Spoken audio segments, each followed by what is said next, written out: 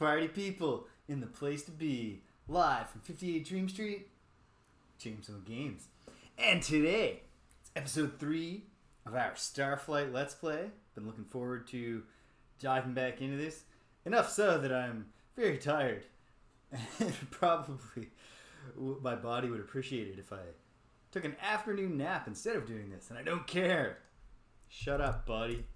Playing Starflight. So, I have too many games on the go. Gotta get my brain working. What's going on? What am I doing? Where am I? What has happened? Thedev! Hello! It is a happy Saturday. I'm having a good one, despite the aforementioned tiredness. I stayed up too late last night. And I knew I was doing it at the time. Oh well. There are worse problems in the world. Here we go. Firing up the old DOS box. Let's play Starflight in beautiful EGA, please.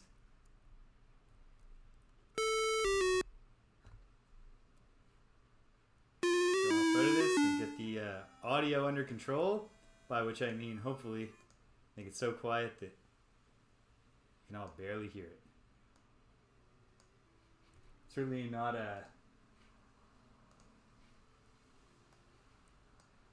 showing up its progeny.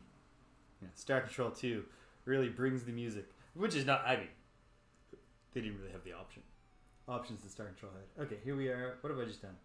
Here we go. Okay, so what I did do. Okay, what I do know that I've done is reread the manual to verify exactly what I was misunderstanding about combat, and it's pretty much what I thought, which is that.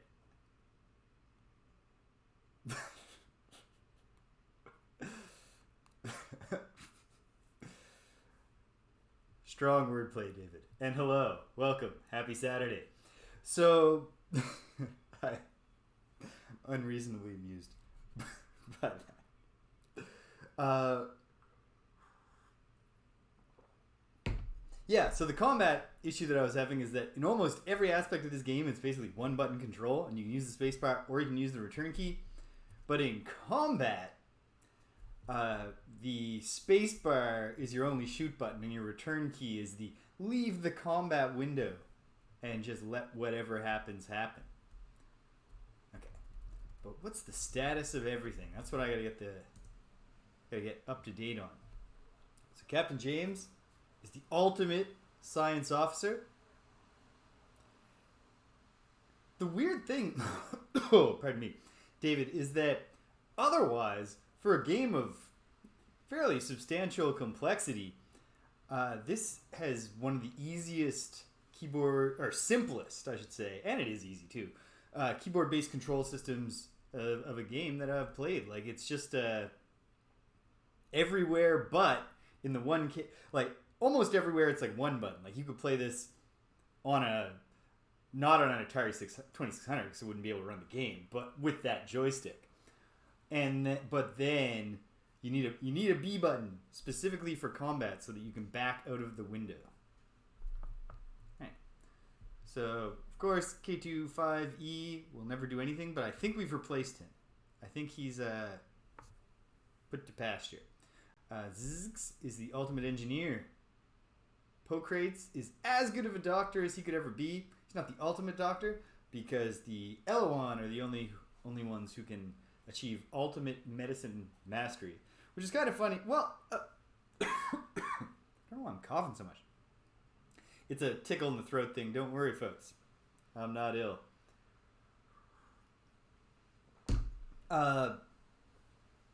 Yeah, I didn't even come up with a title for this. Hold on a second. Episode 3. Ha! Onwards and up. Spin words. Done. Update stream. Excellent. Does that take? Yes, it does. Excellent. So, I was about to say, it's kind of funny that the plant people would be the ultimate doctors when, their own biology is radically different from fauna. I'll see if I can work Starflight into one of the titles later, David. What am I trying to say here? Oh yeah, but then I realized it actually probably what they were going for was like literally like medicines and stuff, you know, made from herbs. Those are the plants. So of course the Eloan are the ultimates. And yeah, here's Kirthrin, who is our expert communications officer, and Fixes is not yet the ultimate navigator, but more than good enough to replace K25E. So let me make sure that I've done that. Then we'll check the economic situation and the ship setup. Then we'll get out there. Yep. Fixes is in the role. Oops. Oh no. I've messed everything up. Okay. No. I'm sorry, Zixtiz. You cannot be captain. I am the captain. There we go. But other than that, everyone's in the right place. They have one other place where the return key and spacebar aren't performing duplicated functions. The bank will update us on transactions. Right now my balance is, oh wow, I've got loads of money. So I should look into... It was a very brief mutiny. It was literally, he just sat in my chair and I was like, can we not sit in the captain's chair? He's like, because he can't, you know, made some clicking sounds. Went back. Alright. How's the ship doing? We're getting there. We got class 2 lasers on this baby. We got class 1 missiles, class 1 armor, class 2 shields. Probably upgrade some of this stuff, but I should go and verify.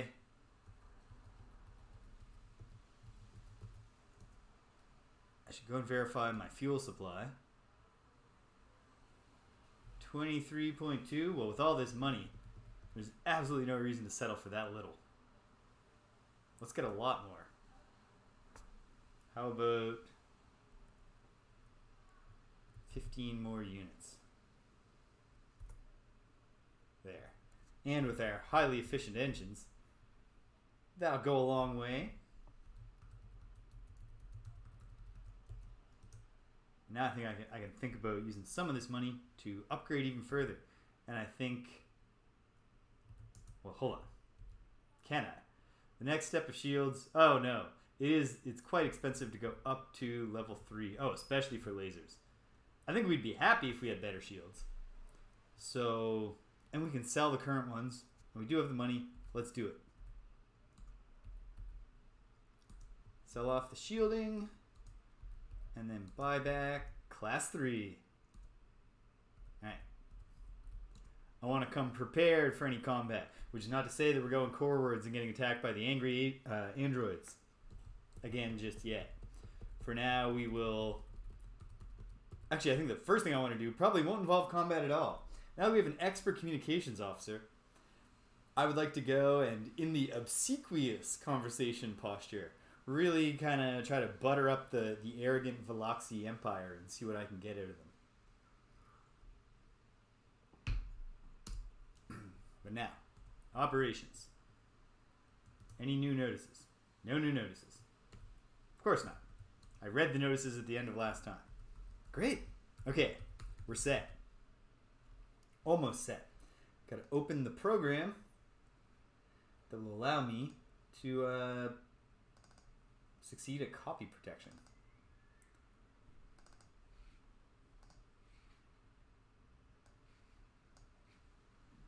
Got it. And it's over there. And I can make it appear on screen. Yes, yes. Everything's working. We're good. All right. Crew to the docking bay. And the captain gives the directive to launch. Oh, I'll confirm that for you. All right. So we need 3 pieces of the code here. We need... Oh, the Arth. Great. We're already on that. Tesseract. As far as artifacts go. And then Spemin. Look at this. And there we go. 73911. Great. This is way better. I grabbed an abandonware copy of Wizardry 5 this week against all better judgment. And started playing. Actually, I'd had the abandonware copy of Wizardry 5, Heart of the Maelstrom, for a while. It was against all better judgment that I started playing it. Because, man, that game is a time suck. The loop is perfectly calibrated to appeal to my Hail British. I hope you're enjoying your Saturday. It's rainy here, which is nice after a very hot week. Okay, we're standing by to maneuver, and we're going to head top spin.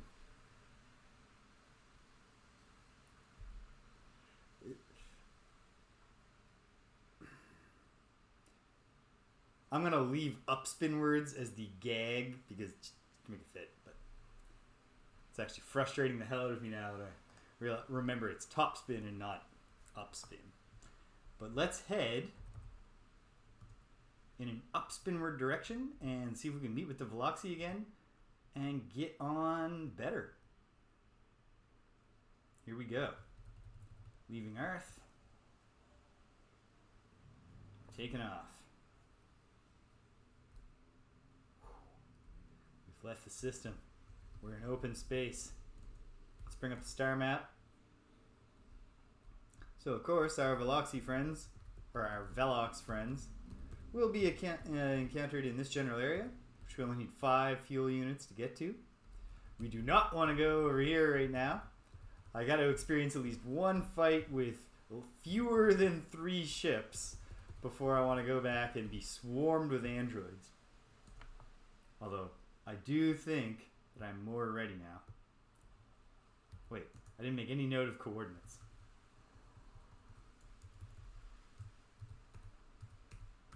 So I'm heading towards 129123. Great. Let's maneuver. 103. No. Oh my goodness. Well, I'm glad I foregrounded the whole I'm sleepy today thing.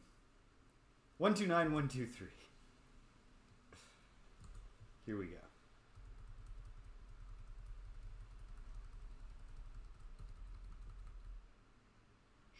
Now we just shoot. Upspinwards. Topspinwards. Is it upspin? Is it top? Oh my goodness. Oh my.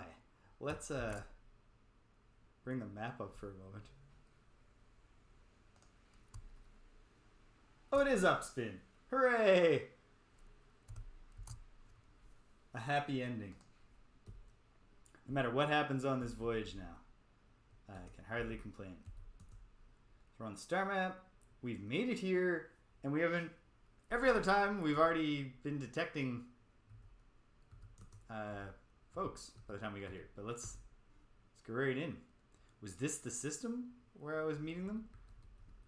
I don't think it even was. It was the next one. So let's go there. Okay. Back out of this one.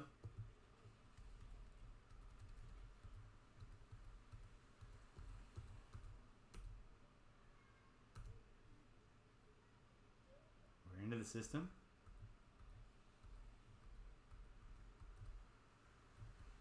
Approaching.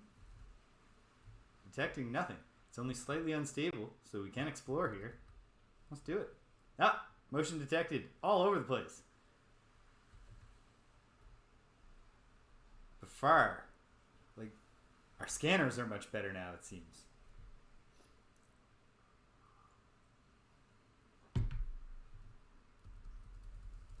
It's part of upgrading your crew.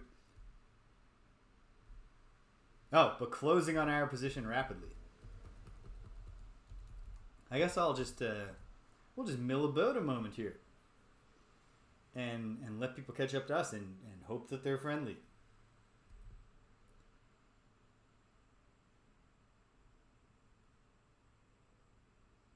Here they come.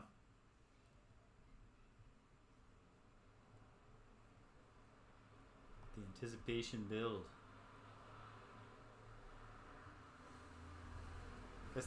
I could move towards them a bit to meet them. Scanners indicate unidentified objects. Quick communications. Oh, we're receiving. He is manning captain. This is the most elegant and dangerous Veloxi ship. You aliens, please identify and... Yes, yes. Let's respond. And let's be obsequious. I am Captain James, the vessel ISS Tenacious. Greetings and felicitations, O kind and merciful aliens. You aliens trespassing in our space. Most gracious grossness of the August Queen, perhaps forgiving if you pay a tribute of 3. Yes, yes. Have your damn tribute. You're the oldest empire. 100,000 years. We're a barbarian upstart infidel. Well, hold on, sir. Can I make a statement here? Aha! I sent an obsequious statement, and now they want to know, are we part of the old empire? We were. Now their shields are up. We're cooperating with Jim Dandy, and maybe he is the nice guy not killing you. Yes, please, put your shields back down. I don't want to kill you. You have problems about the old empire?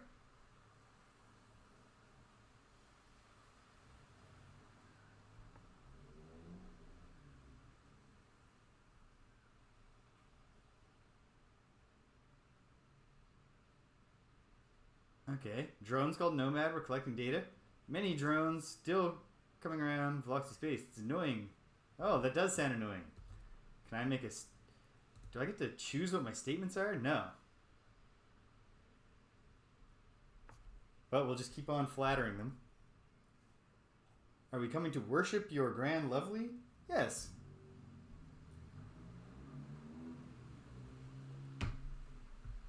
We love the grand lovely. You'll probably think we're too smart. No wonder. We're all exceptional, cunning the brain. Yeah, no kidding. We're super impressed by you. Oh, enough talking. All right.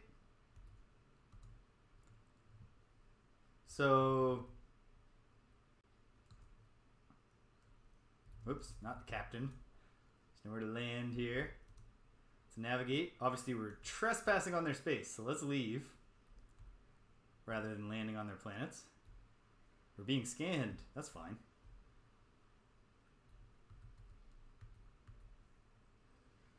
Encounter terminated. There we go. Neat. All right. Gotta make a note, but I just want to... The real-time nature of this game is cool, but then when you want to do something like take a note or read the text in the conversation, it can get kind of super quick. Other information that I've gathered. Oh, wait, aliens. Obsequiousness with the Velox is effective. What are some things that they've told us? Oops. There we go. They have told us old empire used nomad probes to seek out new territory. Some are still active. Oh! I don't remember that. Or rather, I've never learned that in the first place, but I must do so now. Let me just get the text wrapping turned on here, because the cell looks frustrating. It's annoying me. I hope... Is it too late?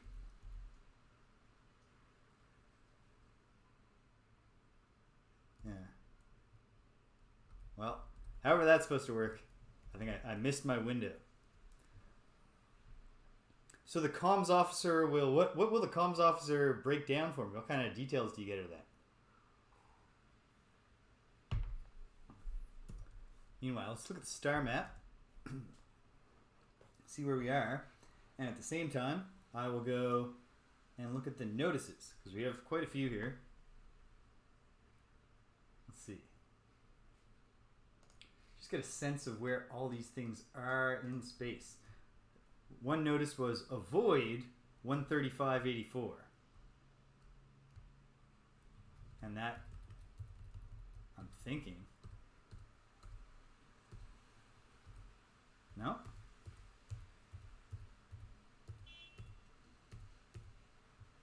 Okay, just like a region of space. No, wait, I did this backwards. Did I?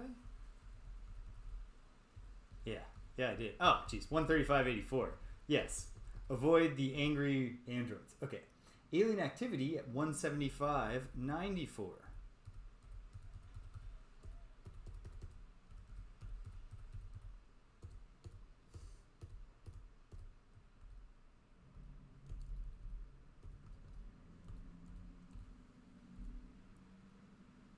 Okay.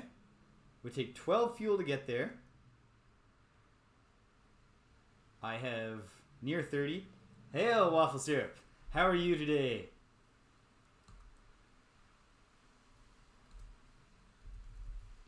Okay. So, I'm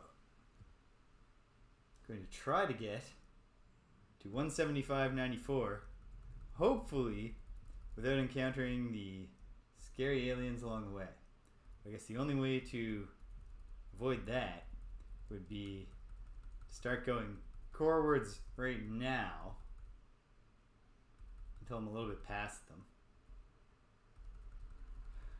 I'm doing pretty well. Oh no, motion detected. What have I done?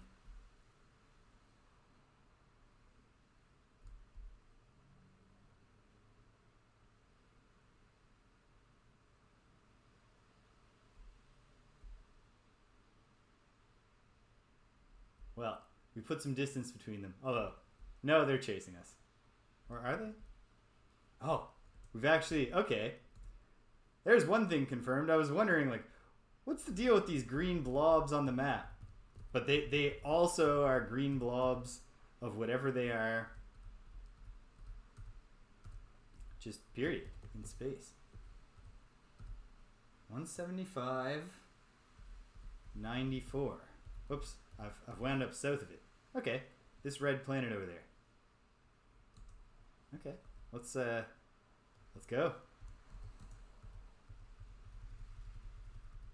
94, and we just gotta shoot corewards as quick as we can go.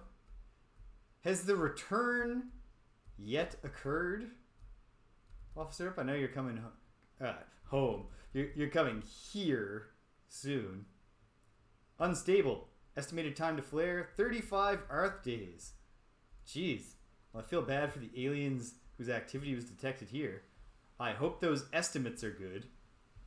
Because if this place is going to go, we should... No, this is our one chance to ever get to know this place. Oh, unidentified object. It's a distress signal. Yeah, I bet it's distress signal. Jeez, I'd feel distressed. Aha. Okay. Okay. I think I'll be able to maintain that. Let's be friendly. Hello, we come in peace from the planet Earth. This is a recorded message. I am Captain Shillaloof of the Empire colony ship Last Hope. The date is 3/10/3480. My ship has been critically damaged. 2/3. Jeez. I'm printing screen just in case I need to look at this later. Ship has been critically damaged. 2/3 of the crew and colonists are dead. We have put down on the first planet in this system. As representatives of the peoples of Earth, we extend our best wishes and the hope for equitable relations in the future. We're also the peoples of Earth. I repeat, we've been forced to put down. We'll be at coordinates 22 west, 22 north, 22 north. Oh god. 22 north by 97 west. We'll survive as long as we can. Just hope we're not too late. Shell him out. Sir, I hope we're not too late. Terminate communications. There's nothing to be said here.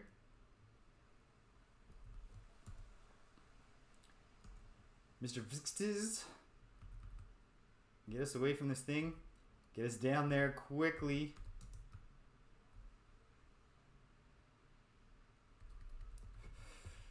Man, these people... Okay. I don't know. Forget it. This is frustrating.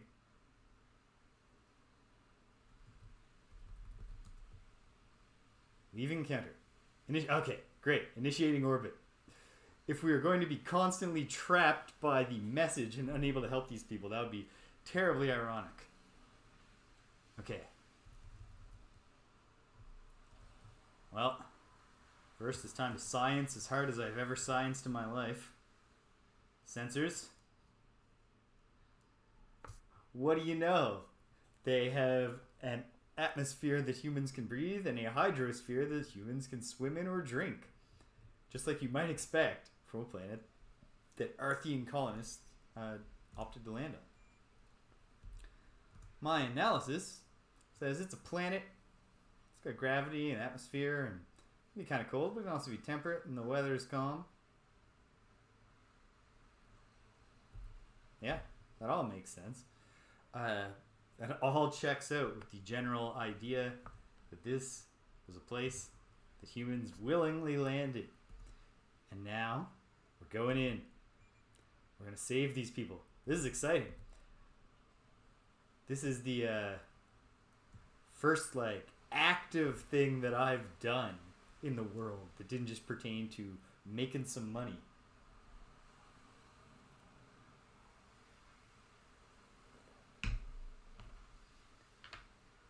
Oh, that's the feature. Playback, oh yeah. That would have been good. That would be helpful. Okay, what did I write down? 22 north.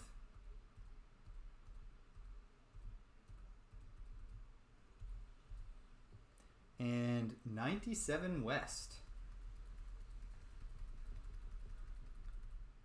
Hopefully we can get some folks. Or at least find what's left of them.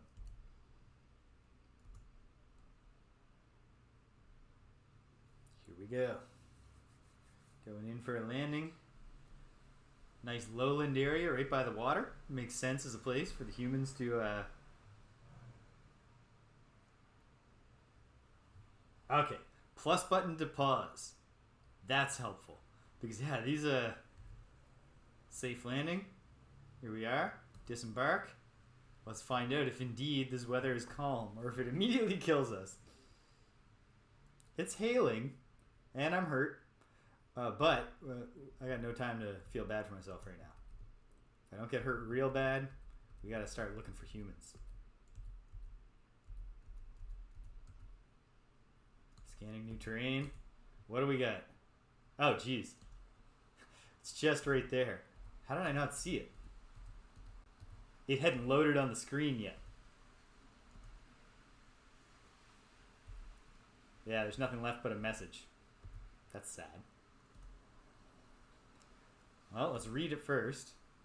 Captain's log entry, October 31st. Hey, happy Halloween. We have managed to set up a camp of sorts here and have enough supplies to keep us alive for several months. But this was in 3480. Oh, because this was from the NOAA project. This was not the first interstellar voyage. Okay.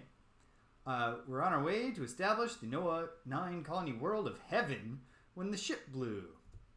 Go on. The Mechans are currently in preparation phase code blue. Our arrival would have initiated code red, and we would have taken control of the Mechans. I believe our ship was sabotaged by the Latonites, damn them. Half my crew is dead. Okay. Just make a note here. Latonites. Bad dudes?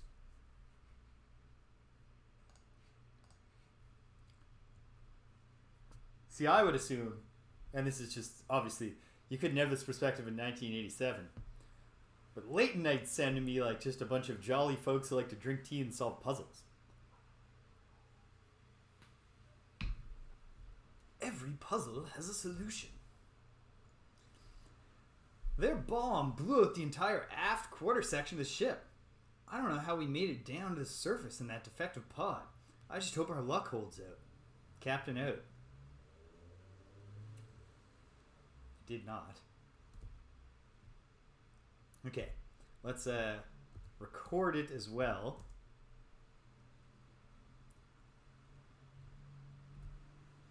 And then, okay, geez, took us a whole day to read those messages. We don't want to stick out here long, but I want to just see if there's anything else in this immediate vicinity, because we're not gonna, if this system is going Nova real soon, there's not going to be another opportunity here. Gelatinous carpet life form. Ooh, that sounds like it would actually feel kind of nice under your feet as long as you didn't think about it. Like the planet's just a one giant stress mat, but okay, I'm keeping a close eye on the calendar. Oh, zzz, took a hit too. But listen, okay, got another scan finally. Is there anything?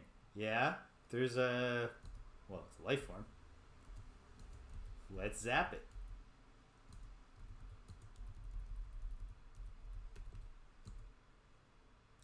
Radio creature. Flattened pseudopods, large bulging eyes. Sounds horrifying.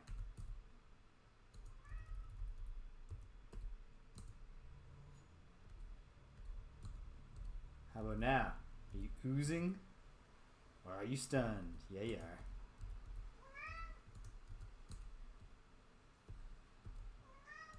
Let's take it. Capture.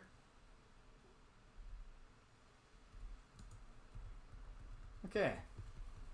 Well, it does.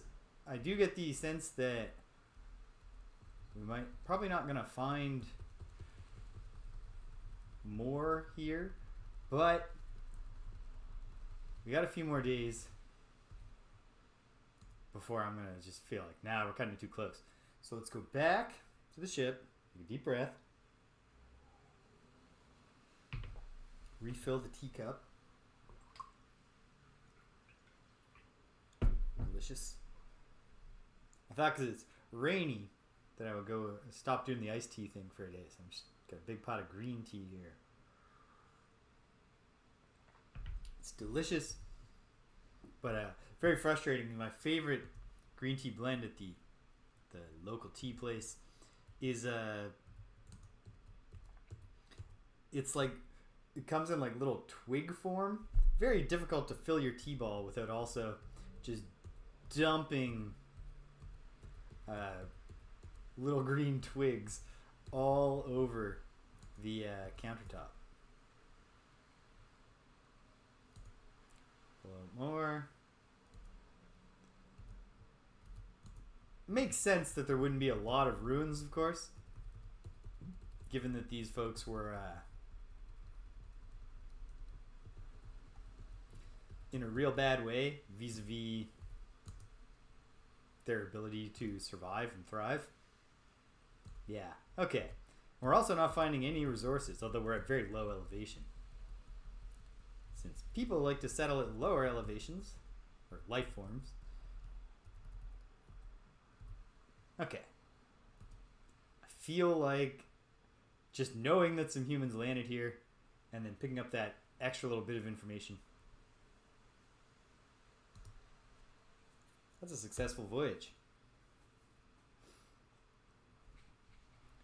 I'm gonna make a little note here in the sheet. And we should update the map.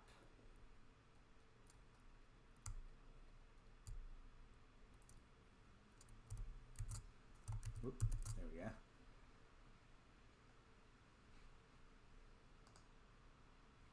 Yeah.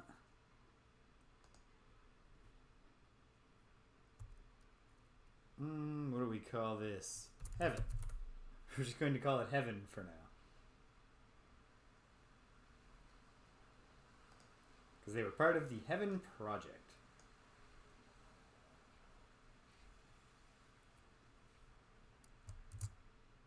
And then I should add that note to star systems. Planet log. Something tells me that there might be an actual place called Heaven in this game, in which case I will need to come back and change this. The coordinates are, of course... Wait, I'm not watching... No, okay. I think in orbital view we're okay. Yeah, and the coordinates were... Boom! 175.94.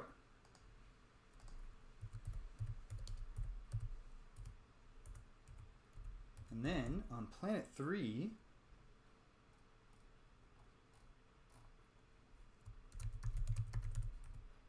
say that it's habitable here. And the most important thing is ruins at 22 north, 97 west. Great. It's recorded. The log now shows. We were here and we heard the final message of the lamented crew of Noah 12. Only 33 Arth days left now, so that is a real counter. We were here for 2 Arth days. Things authentically became less stable. The clock advanced while we were here. Okay. Any other notices that I could hop down on right now? Ship lost at 192, 152. I don't know. Let's look at the star map though. 192. But then way upwards. Upspin.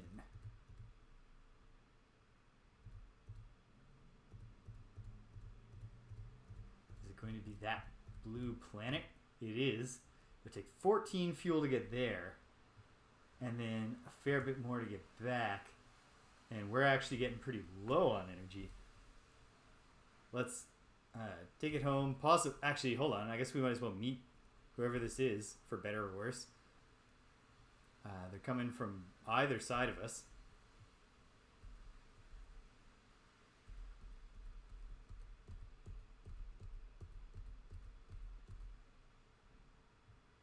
X2, Y minus 1.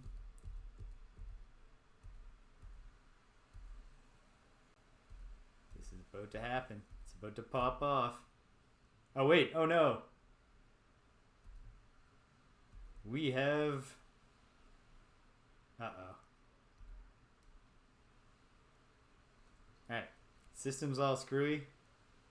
Because we went through a flux. Do we know where we are? We do. We're far upwards.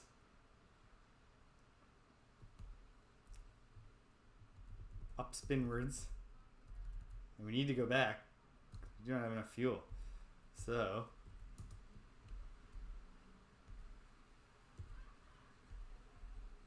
can I hit the thing again? X1, Y minus 2.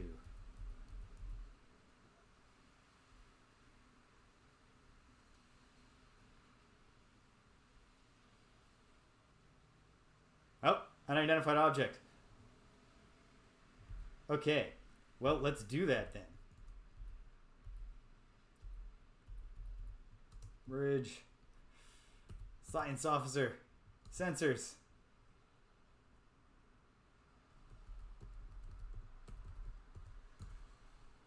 What do we got here? Okay.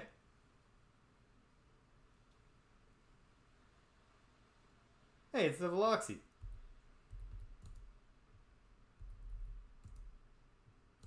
Let's respond in an obsequious manner.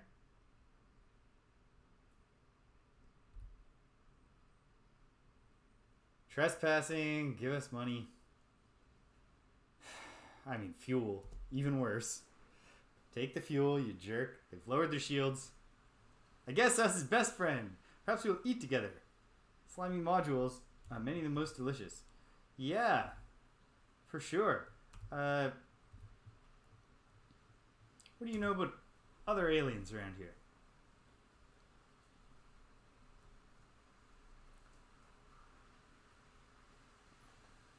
Spemen are cowardly and stupid, and they don't taste good. They're an icky blob. Oh my. Sounds terrible. Do you have any questions for me, sir? Honorary Veloxi. We're of course still the inferior, but much the better. I would like to make a statement to that. Will it work? That's not what I'm trying to say. The limitations of a simple... Yeah. Best idea I have. We exchange many dirty joke, and then too much the laughing activity. Give me some general info. Just anything you want me to know. New best friend. Long time receiving old Empire distress calls 175.94. Of course you could care less. Well, thank you. That's redundant information, but I still appreciate it. Tell me about yourself while I got you here.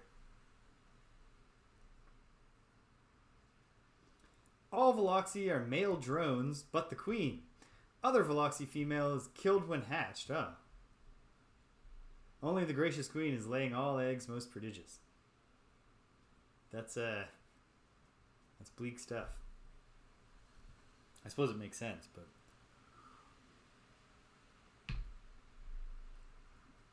Anything else you wanted to say? Are we killing the Spemen?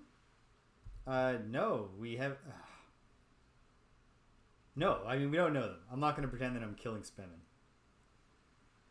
Guess we're best friends. Perhaps we'll eat together. The slimy module is the most delicious. Yeah. Okay. Do you have any remaining questions for me? Can I ask you another question? I guess the idea is once you've asked too many questions, they break off the conversation on their own. What do you know about the ancients? Now that I can kind of understand what you're saying.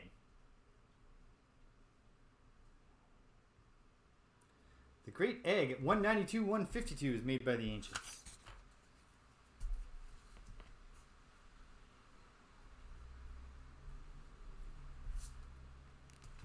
Oh, jeez. That also duplicates a notice I already had, although it gives me more information. Honorary Veloxi. Yes, I love it. Thank you. I guess if they're still accepting questions.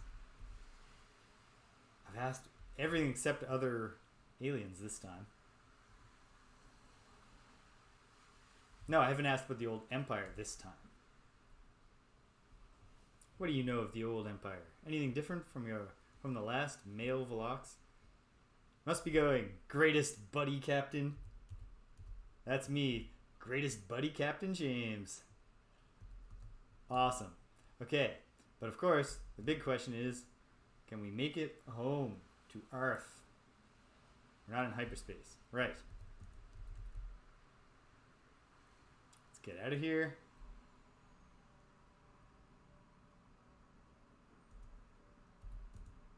Look to the star map. Okay. Oh dear. Because I gotta write down the coordinates of Earth for my own benefit here. Because Earth is...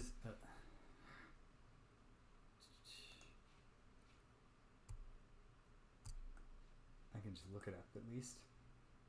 100... 120.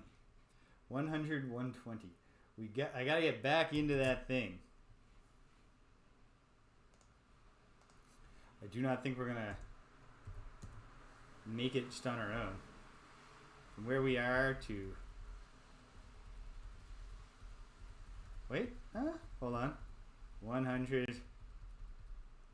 Nope. Not enough fuel. Thanks to this unplanned excursion. So I'm going to look at the drawn map for a minute. Do I see anything I can do to save myself besides getting back in there? No, I don't. Alright, well, I'm either taking a big fine or I'm stumbling into this wormhole really quickly. Unidentified object again. No, not now. Oh yeah, it's great to see you too.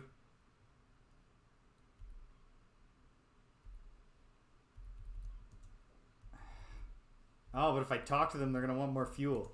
Sorry, pal. I hope they don't take offense to this.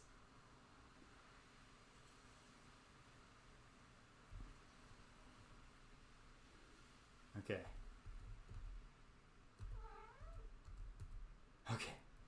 Made it back through the flux.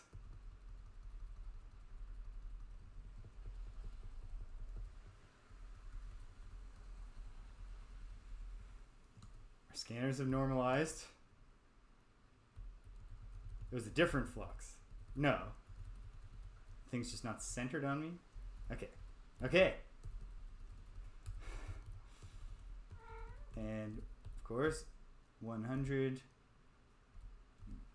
Yeah. Okay. That's it. Takes 10 fuel. We have 10 fuel.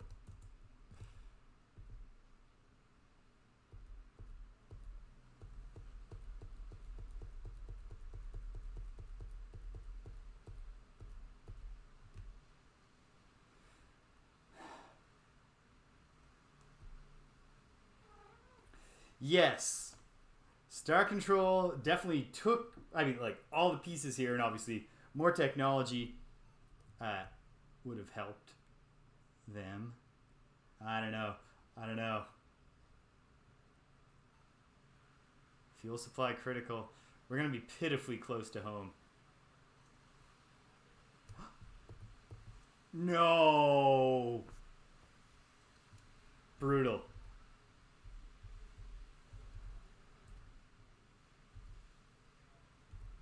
Well, lesson learned. Take more fuel, you fool. You never know when you're going to drop into a flux, and every time you meet the Veloxi, you got to pay them.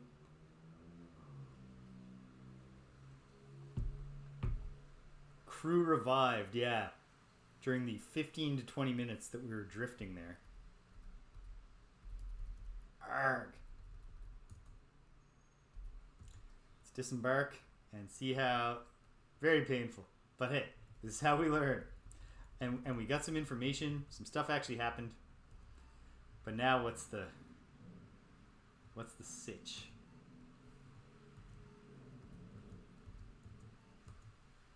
Can't even go into the bank? What?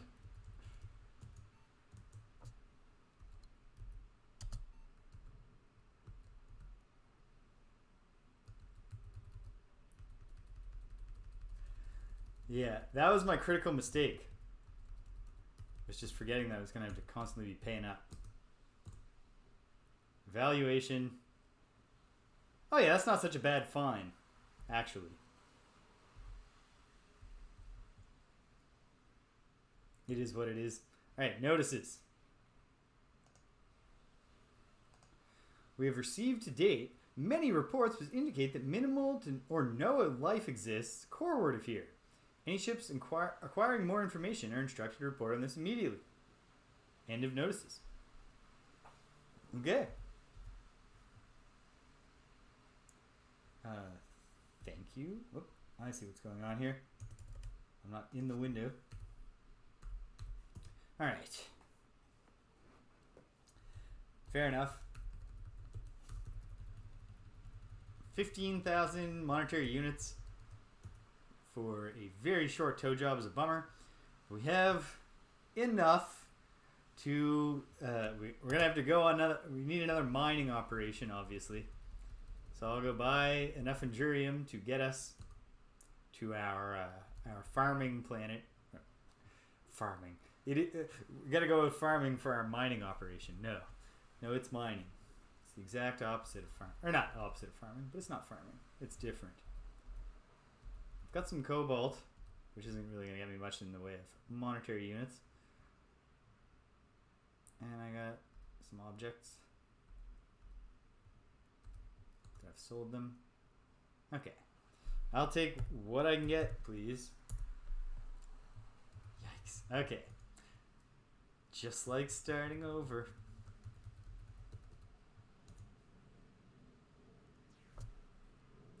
But the better crew worked well. In that we were able to communicate the way we wanted to, and could understand what the Veloxi were saying. Let's do this. Launch. Yes. You know, against all odds, Wizardry 5 has less makes the copyright protection less obtuse than this game. And I generally, when I think of Wizardry, I do not think of it as being less obtuse than other like really good games. But in Wizardry, at least in Wizardry 5, Heart of the Maelstrom, you only need to enter the a copy protection code the first time you go into the dungeon in each play session. Electronic Arts here was like, we don't want kids firing up the game, going out into space once, and then just never shutting the computer down or closing the software again, so that they can hand the disc off to their friends, and then all of a sudden every PC, every Apple II or whatever, Commodore 64, and the entire neighborhood is just running a never-ending instance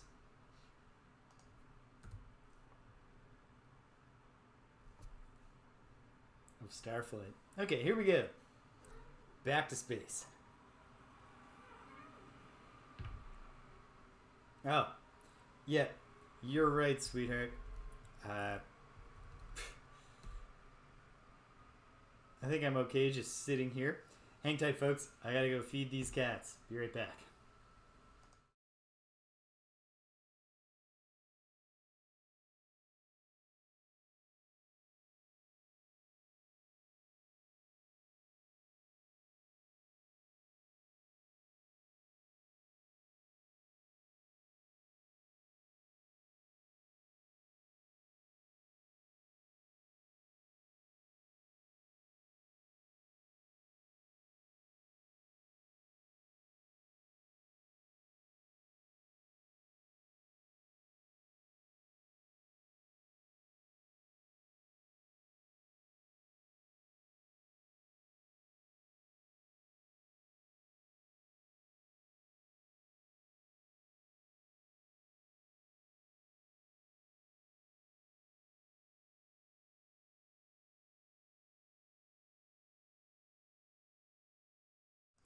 Okay, back at it.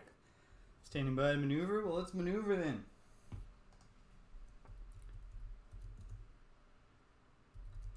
Ball's in your court, Mr. Brix. We're not going far. Little upspinwards, little outwards, nothing too radical. Another thing that, obviously, that Star Control 2 added to the formula here was when they kind of realized the storytelling potential of the...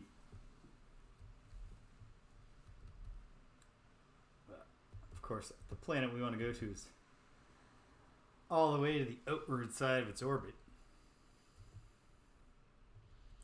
Like you pop open the star map and it's like, let me just update you. The Kunker on the move. Like, just those little moments that make you go, oh, something's afoot. Makes it more than just a map to look at.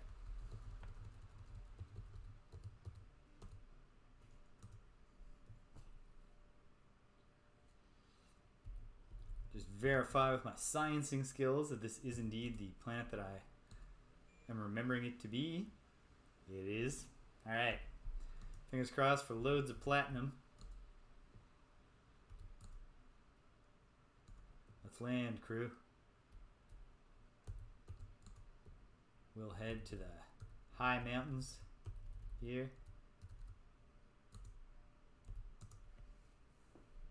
Hopefully, we can start stacking those resources pretty quickly.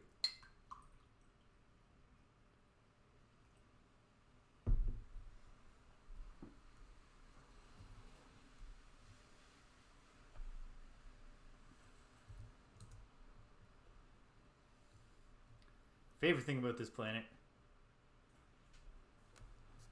It was so, I was actually thinking earlier today about how rewarding it was at the very end when the, it's clear and, beautifully selected landing spot, Captain, if I do say so myself. And I am the captain, so saying so myself in more ways than one there. Platinum, nice platinum deposit and a nice gold deposit, and some aluminum. Not bad. Jeez, we haven't even looked at our scanner yet. Oh, okay.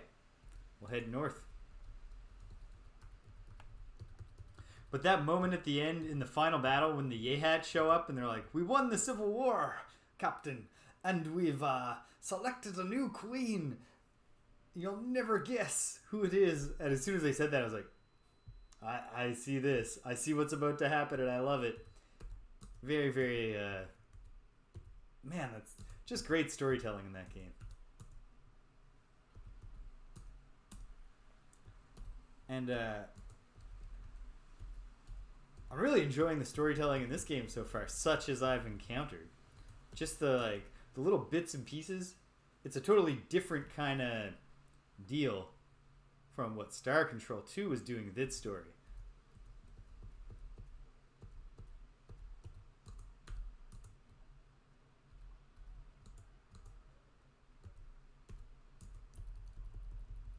Because we're not starting with anything in mind except just like, let's see what's happening in this universe. And then all of a sudden it's like, maybe if you could also find somewhere for us to live since our planet's gonna flare out. It is kind of suspicious. We're not sure why this is happening, and obviously we've now seen it's happening in a lot of places. Probably that's not just happening. It's being caused to happen.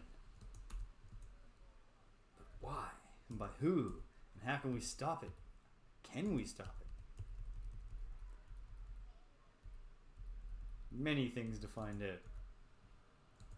Well, the good thing, Stimpinski, is that these aren't really heavy, dense, wet, hard snow pixels. These are the light, fluffy snow pixels. So you probably just roll around a bunch. And by the way, hello. A little more aluminum. I gotta keep an eye on my energy. Oh, and the fact that there's so much stuff here, I've actually already filled up the ship. How are you today?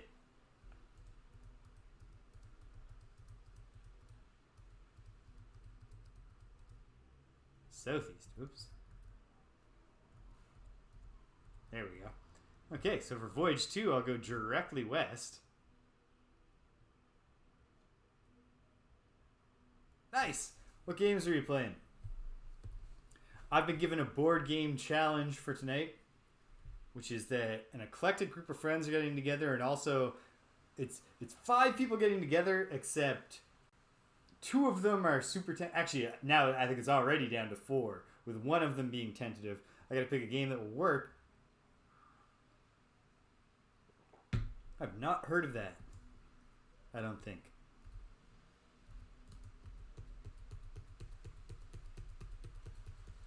Gotta pick a game that'll work for everybody.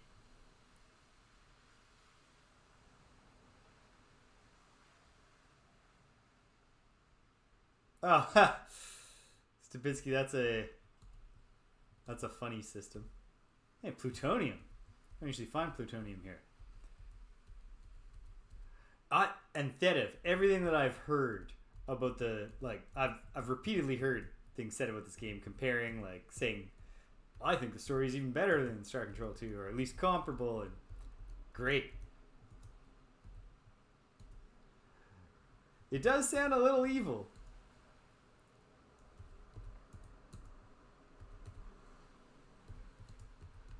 like what we should really be trying to do is design our infrastructure, our road infrastructure, in a way that reduces roadkill, instead of just trying to inflict it on our neighbors and spare ourselves of it.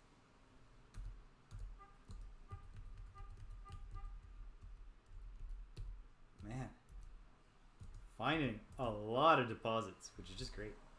Out in a big gold one there.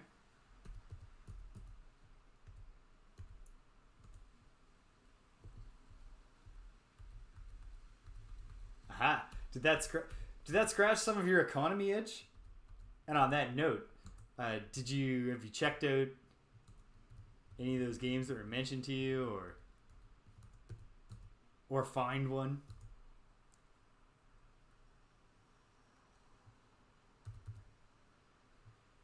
Nah. Only in the flavor.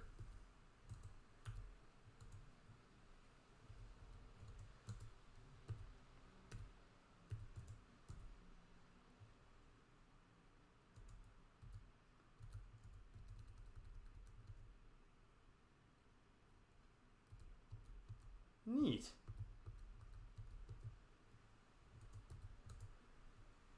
That, yeah, obviously, Monopoly, a deeply flawed board game, but also one, especially when I was a kid, played tons of Monopoly. And when I actually read the rules and discovered the auctioning rule, the auctioning part was one of my I really enjoyed it. Okay. I'm putting energy efficiency to the test here. We filled the thing up. 22% energy, 30. Certainly does. Especially when you play with the popular. Wait. Oh, it's not full. There was so much gold I couldn't pick it all up. Oh no. Okay.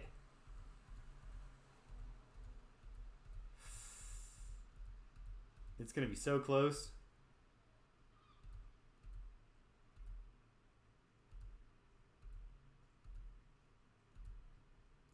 There we go. Maximum efficiency.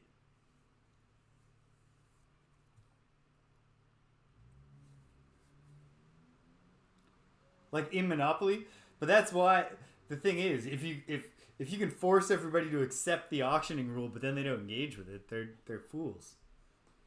You've got a leg up on them. But yeah, obviously, given that the original design of Monopoly was intended to make a socialist critique of capitalism into an accessible format as opposed to having fun, it was literally supposed to show how capitalism inevitably tends towards monopoly, which is exploitative towards other actors. You've designed a game that inherently has a long, tail denouement where the winner is clear and nobody's having fun. But the official rules of the game say that we got to keep going. So how are we doing on this ship, cargo-wise? Oh, we've barely scratched the surface. We gotta get back out there.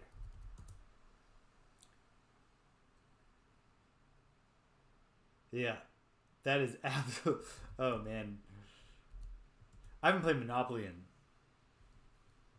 probably decades at this point. Innovation. I think I've heard of that, although I haven't played it. I haven't played a new board. I haven't really even playing a lot of new board games lately, which is a bummer.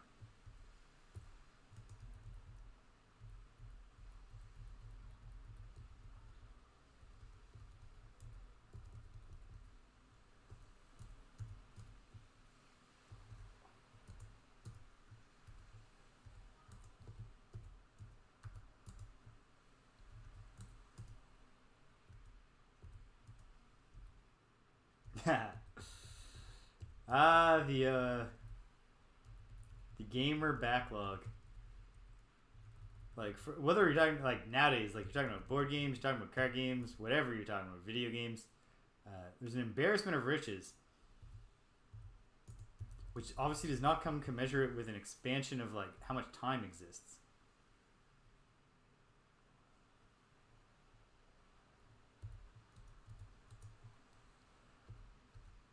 Yeah, I think I would rather, especially if like I have access to them. Like if my unplayed list is games that I already have, I would love to have more board games and fewer video games in that list. I say that, and yet actually the fact that anytime I stop and think like, what will I stream next when I finish one of these games? And it's like, it's been an agonizing decision every time just because there's so many games that I want to play. That's, I don't know.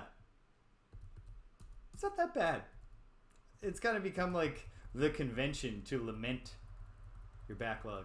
Good thing is I'm good at resisting the Steam sales and stuff, so I'm not that overloaded with games that I'll never play. Tungsten. Haven't seen you around here before.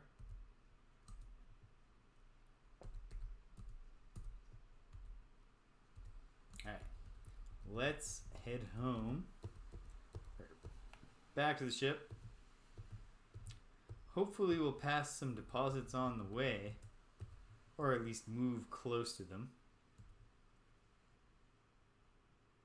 Yep, okay. I'll dip over to the northwest. Grab those two. And we'll take this one back. And then I'll try a different site on the planet. Because we've certainly put some... Oh, we're full. Great. So that's got to put us around 60%, I would think.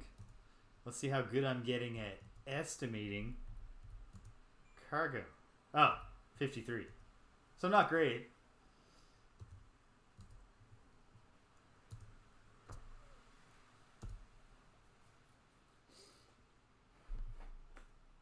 I'm heading into my last week of vacation, trying to finish hammering out all the things I wanted to get done for the stream.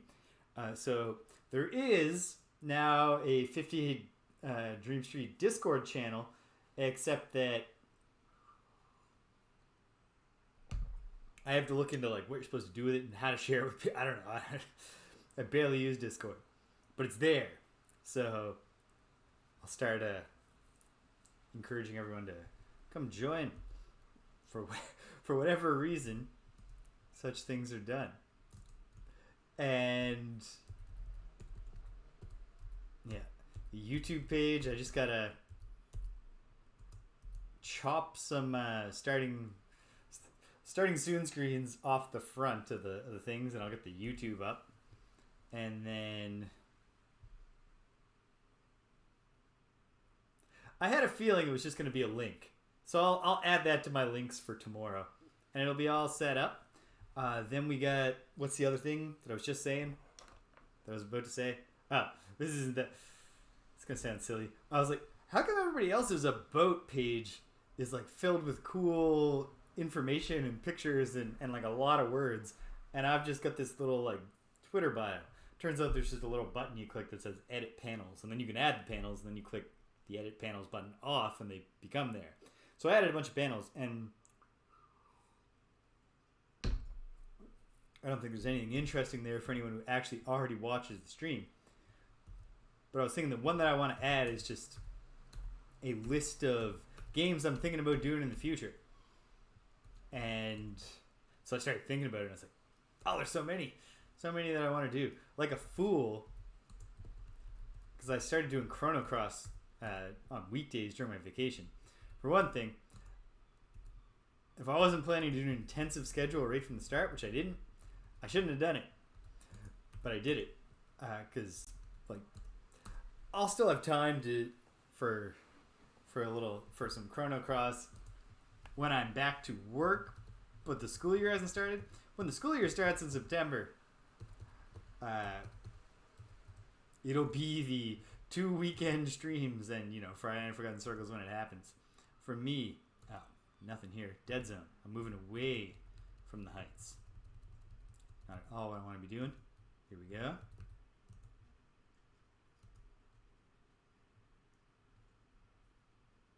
Oh, hey. We finally got away from yellow tinted snow. Now it's blue tinted, which sounds way prettier and, just doesn't fill you with concern about the sanitary conditions of the territory that you're exploring. And then, of course, we find out that the life forms of the planet here have blue urine. The joke's on me. We're here making snow angels in these.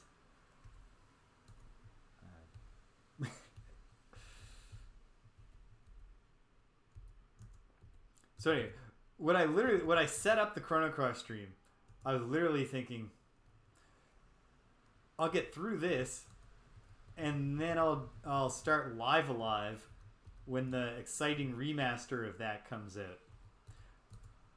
But the remaster is out, and I'm still in the first act, I think, of Chrono Cross, or like nearing perhaps the end of the first act. So, yeah. Fortunately, being timely isn't actually a huge concern of mine. I didn't do Starflight when it dropped, so I can do Live Alive someday later. But I loved Live Alive, like the original Super Famicom, when the good people of some ROM hacking translation group had finally made that available. Because even before that, when emulation came in the 90s, like, me and my friends were the type, oh, cargo full. Me and my friends were the types to be like, oh man, and we're literally on a line, on a longitudinal line with the ship. We're back, plenty of energy, because this planet is just rich with stuff right now. As the captain and science officer, I will inspect my ship. 67%. So 2 more voyages out, I think. And then I'll go back, sell a whole lot of materials, and start getting the get some more black back in the balance sheet for the Interstellar ISS Tenacious. Yeah, I love that live game. We were playing it, me and my buddies were trying to play it, even because, you know, there are a bunch of Squaresoft JRPGs that they never brought here. Like, grab all of those, and then a couple of them had patches, like translations at the time, but this was like the late 90s. Live Alive was not yet one of them, but it was like, you choose 7 different characters, they're all different like time periods and stuff, the music's really good. You get to, like, there's a western, like, there's locations and stuff that you're not used to seeing in JRPG settings, and all sorts of that kind of cool stuff going on. And then it has like a cool gridded tactical combat system that is different from, like, our reference point for gridded tactical combat would have been like your Shining Forces and maybe like Fallout 2 on the PC. And these are much tighter. Like, the grid is maybe like 5x5 or 6x6. It's like close combat, gridded tactical fighting, and it was obviously appealing, but we couldn't understand any of the words, which restricted our ability to do anything except the caveman scenario, because all of the characters, all their scenarios have their own gimmick, and the gimmick of the caveman scenario is that they don't have speech yet. So they communicate all their thoughts by just having pictures appear in thought bubbles above their head. You don't need to be able to read kanji or katakana or hiragana or anything to work with that. Oh, we gotta start heading. Okay, there. Is there anything in this vicinity? This is my least successful expedition so far. Southeast. There we go. Okay. Well, it's gonna take more than this then. We go back. We transfer all our cargo. 71%. I only got 2% more. 2% there. Ugh. Let's see if south, southeast, south and east. Will that give us any? Scanning.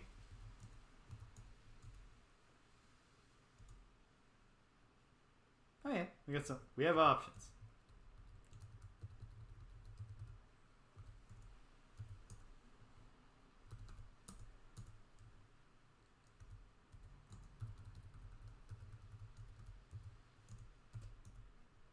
So someday in the future, I am really excited to play Live Alive again. I have X amount of scattered memories of it. Like I could tell you what the gimmicks are of most of the different scenarios. Like cavemen don't speak.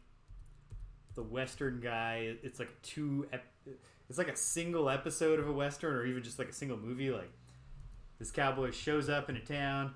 The town is about to be attacked by some gang, and then there's like one phase where you have one night basically to get the town ready, so you can go. You know, you're going to do the high noon thing and save the town. You get one night to set traps and all that stuff. And then, depending on how well you do at that, determine, when the day comes where you gotta fight the bandits, they are that much easier if you did a good job and the traps worked. And that's the whole thing. I know the robot in the future is on a space station. Everyone's been murdered. There's no combat. It's just like a basic utility robot who winds up being the one who has to figure out what the hell's going on. Anyway, really cool game. Looking forward to playing it. And I love that HD 2D style that Squaresoft has come up with. Certainly looks way better than the infamous Final Fantasy mobile adaptations, where they clearly just took the Super Nintendo sprites and just slapped a like cartoonify filter on them, and it looked awful. And then they're like, fonts don't matter. You can put any font on a thing and they all look just as good. Just these awful, cheap looking games. The complete antithesis. Oh, Platinum. For the very first time, I must learn how to boot something out of my stuff. We do not need all that aluminum. I'll drop it all. Here's the plan. I'll take back as much as I can, but I just want the platinum first.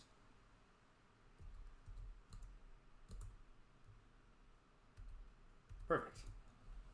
Okay, northwest to go home.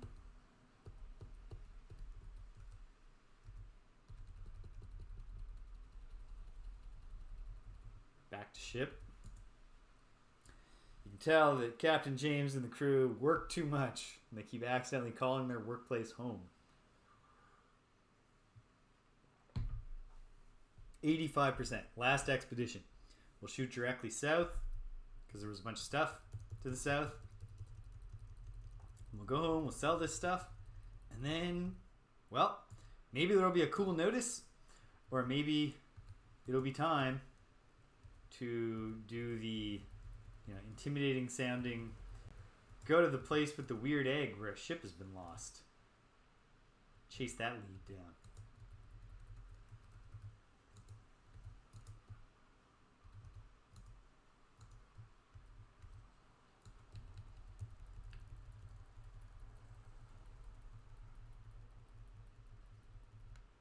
One thing I've noticed about the dialogue in this game, or one thing I haven't noticed yet, is repetition. Obviously, at some point, like I'm 100% sure they have not written infinite dialogue for the aliens, let alone, I also do not think that an AI is generating this dialogue. So obviously, at a certain point, they got to repeat themselves. But the Veloxi that I've spoken with have offered different information every time, which is pretty cool. All right. Got a long way from the ship. Okay. Grab these deposits and then hopefully get back.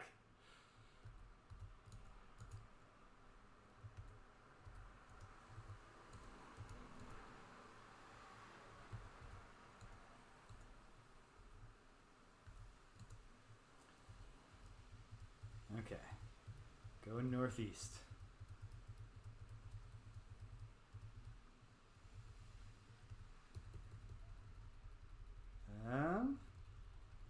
If the efficiency holds, I think we're going to be okay, actually. It's going to be closer than I'm comfortable with. Well, actually, how dare I even say that? If I'm so uncomfortable with taking risks, why do I keep doing the things that I do? 2%. Look at that. Only 2/3 full, but that makes the ship 94% full. So if we filled that up, there wouldn't have been space for everything. We would have had to make some tough decisions. Not that tough. Get rid of the aluminium. But okay. This was a very successful mining expedition. I shouldn't actually say that until we're home.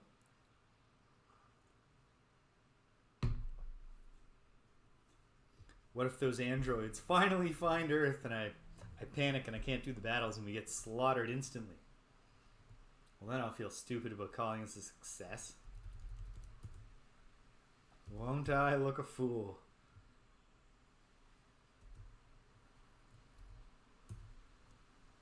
Here we go.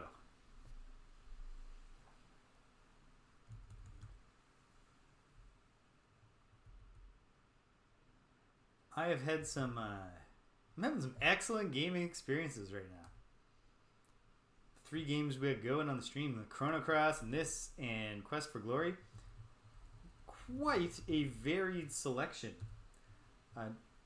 of games that all provide, like, it's a nice breather between Ultimas. Although also, I think that Ultima 7 is going to be different enough from Ultima 6 that it won't even feel like playing more of the same.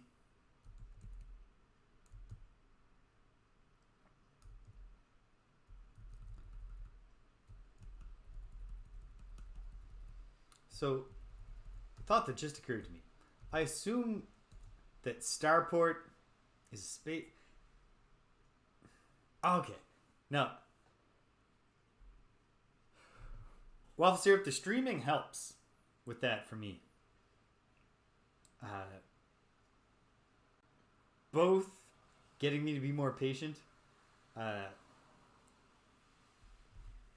but also in stopping me from doing the opposite of being impatient and making me more willing to just be like, you know what? Let's play this. Like, I played way too much Wizardry 5 yesterday.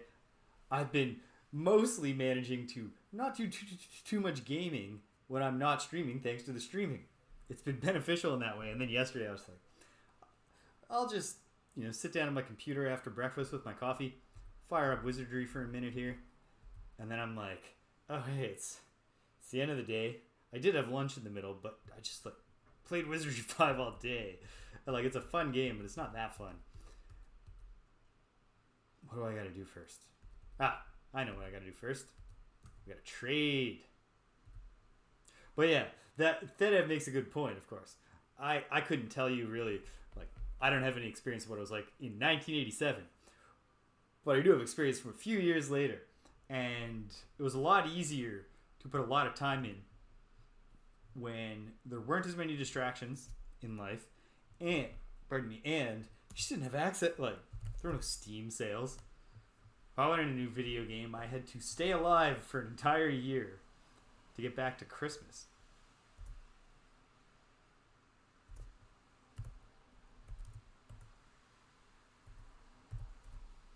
I actually got a really varied mineral profile.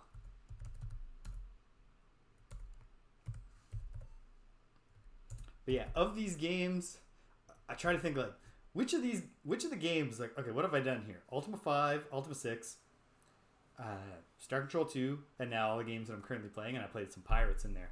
What could I have handled? I mean, I know quite sincerely for a fact that young me couldn't handle the Ultima games because he wanted to, but he was just, what the hell? How do we trigger the next cutscene that tells us where to go?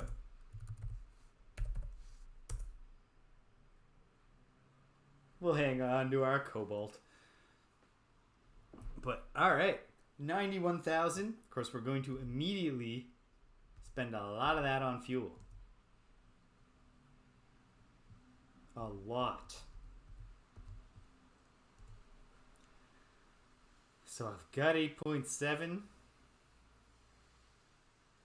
I'm gonna get 32.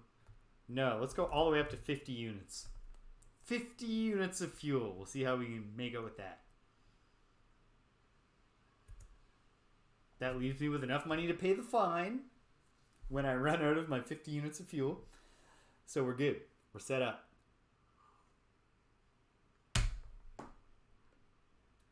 I would have had a lot of fun playing Star Control 2, but I bet I would have spent more time in super melee mode, just doing like ship battles. Or I would have given in to the temptation of walkthroughs and spoiled the discovery for myself. So I'm glad I didn't. Yeah, no upgrades for the ship today.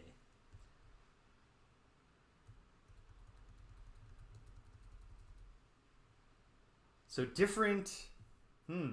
Maybe we can hive mind this out. Different from what? Something different from what? Okay. Any other notices for us? Interstellar. No new notices. No, we don't need to repeat the last one. All right. So, just a review. There's Eloan at 150.64, but that's no help. I guess it's technically, since you have a larger roster than your ship. I guess there's no reason I couldn't also. Okay, so not a tactical combat RPG, an SRPG, and not a first-person shooter. Or would even something in those genres, but different from those games work?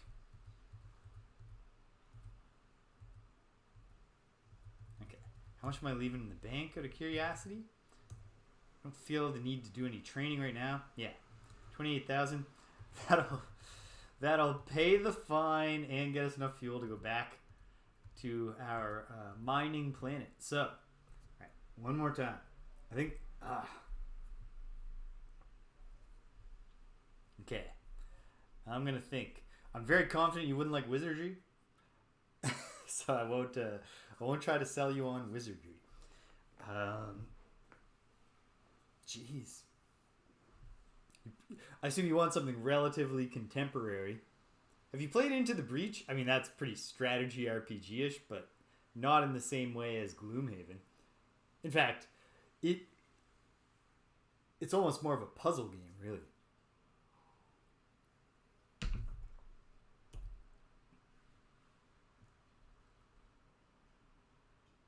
Yeah. I've given myself one out for Wizardry 5. At first I was playing sincere, totally sincere. Are you ready to just for the most part actually Wizardry 5 is a much better and kinder game. Okay, it gets tiring. Then you wouldn't be excited when I let you know that there's a giant free update that massively expands the amount of content in the game. But I was very excited about that, and then I went and fired up Wizardry 5. Poor XCOM 2. Just got kicked right out of my gaming rotation. I was really having fun. Oh, whoops. I haven't initiated the launch. Don't need the code box yet. We're launching. We're going to go, and we're going to look at that egg.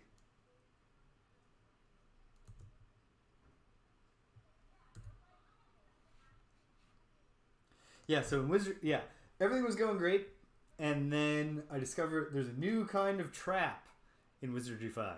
And for the most part, like, here's the thing that Wizardry 5 has that I was just like, this makes a huge difference. What's new is that there's a levitate spell.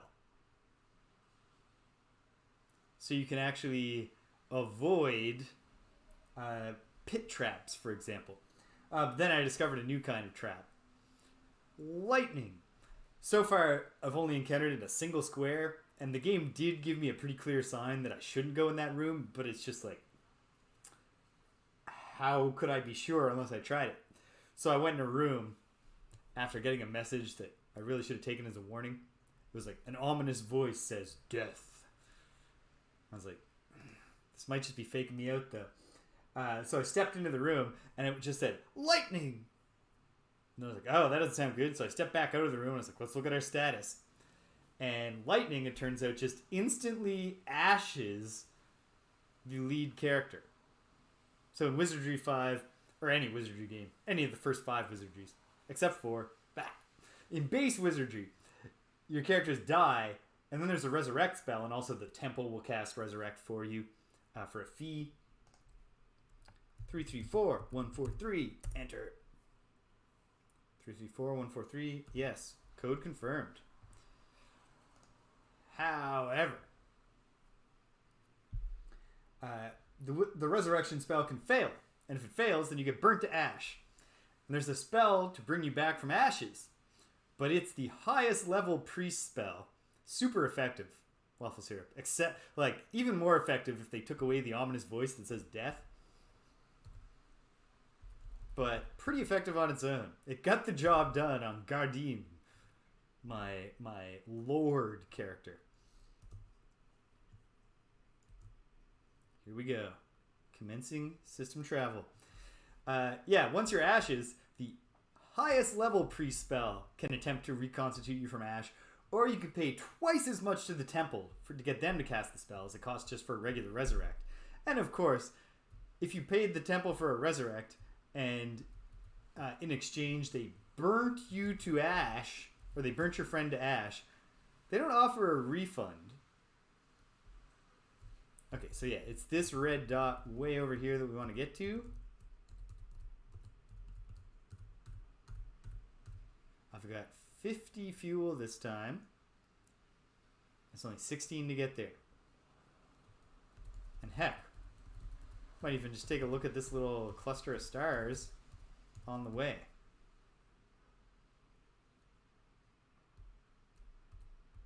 And at some point, I should go towards the cross-shaped constellation that's got continuum fluxes going on.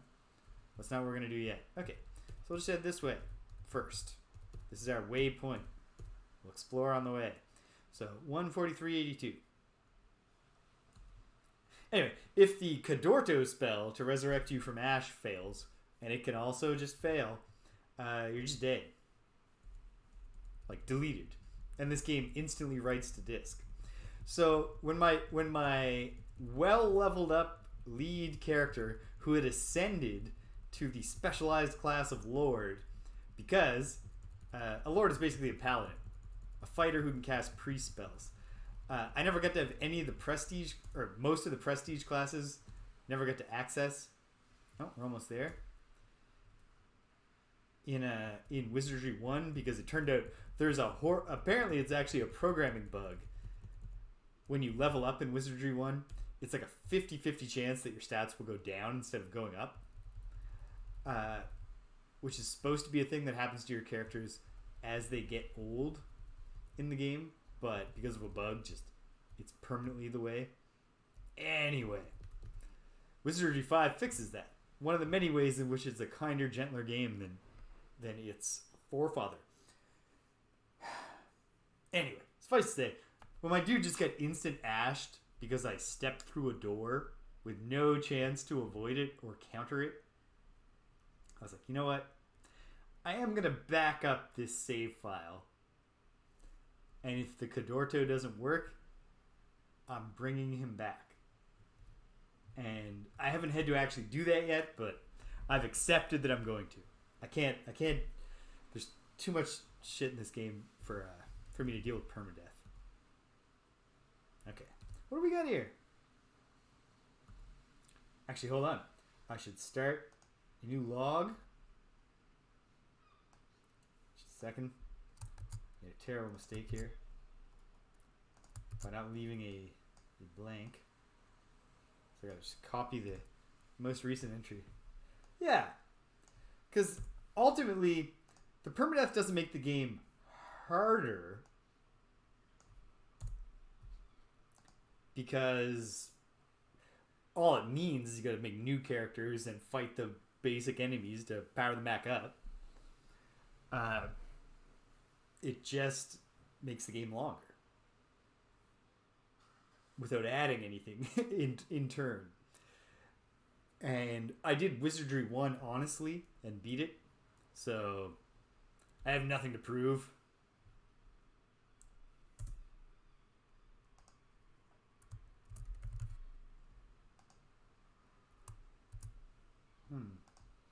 Something to miss here. Ah, there we go. Okay. So my coordinates here are 143, 82. Let's check it out. Sensors. Cobalt, zinc, plutonium. There's no hydrosphere, so people can't live there, even though we can breathe the air. So it'll be a nice trip. Nice place to visit. Well, it's a desert. It's a desert planet. Maybe it's not that nice to visit.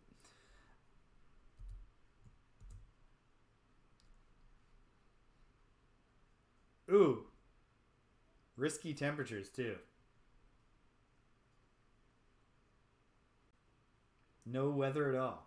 Alright. So this is planet 3. So...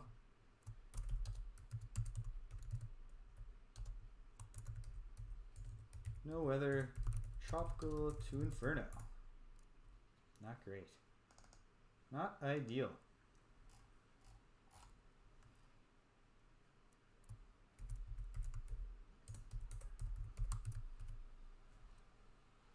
Obviously, there's no life down here. We're not going to land here.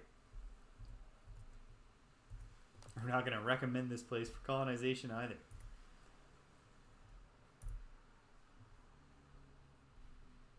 Should remind myself. White is right in the middle of the spectral chart for a temperature profile. So perhaps we'll find a planet we can land on a little further out. And yet, in the interest of thoroughness, I should check out this one.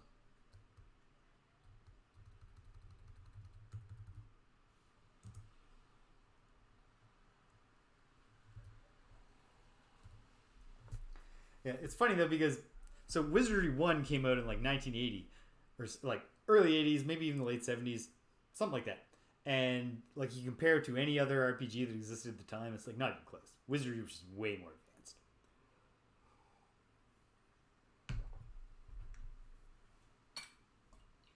Commercially available RPG, I should say.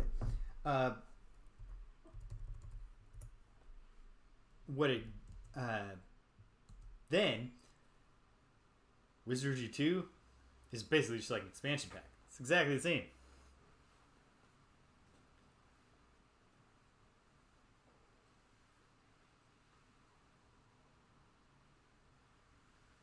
Oh, right, of course. I should keep that in mind. That temperatures are going to be lower at the highest elevations. That's how these things work. Okay. Obviously, this is not a nice place to breathe. And it's very hot, which I pretty much expected. But I'll just make these quick notes. Conditions. Searing to Inferno is the bad thing. That's enough for me here.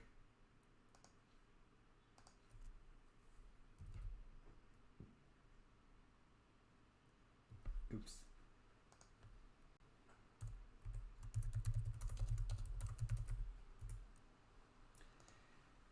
Anyway, Wizardry 5 came out in like 87. Same year as this. And it's just exactly, like, graphically, it's exactly the same. The interface is the same, almost. It looks almost exactly the same. It's a wireframe dungeon. The EGA existed by this time, but this game just has 4-color CGA sprites. They did not feel any pressure to keep up with the times. And yet they advertised the game as a break from the wizardry system of the past. And I've been making fun of that to anyone who cared to listen to me talk about wizardry. For the past, like, ever since I learned it. And then I actually checked the game out, and it's all the little things like there are locked doors and thieves can pick locks. So the thief has something more to do. But on top of that, you have a 6-character party, and the back rank, positions 4 through 6, can have reach weapons. They can have halberds, they can have bow and arrows, which means they can attack. Whereas in, your thief was like doing nothing in Wizardry 1. Because you need a thief to identify traps on treasure chests and to disarm them. But that's it. Sensors. What do we got here? Silver, zinc, and rodnium. It's not bad. There is not a lot of terrain, it doesn't look like. Silver, zinc, rodnium. Whoops. This is not what I meant to do. Here we go. Planet number 5. Silver, zinc, rodnium. Arctic to tropical. No weather. Well, I have my doubts that anything has ever lived here. That we're going to find many ruins. But, wait, hold on.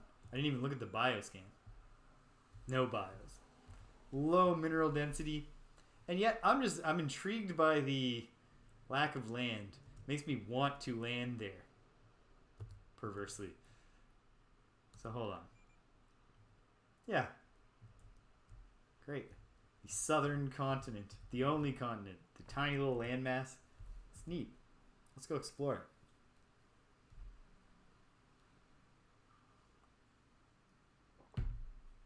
Like if Antarctica was the only place on Earth. Just us and the penguins. Just chilling.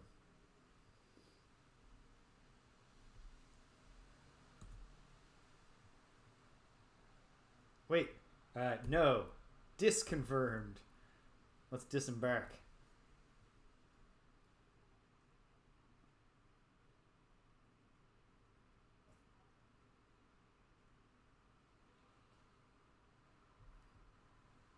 Okay. Neat. Let's move around. See if there's anything to do here. Probably not.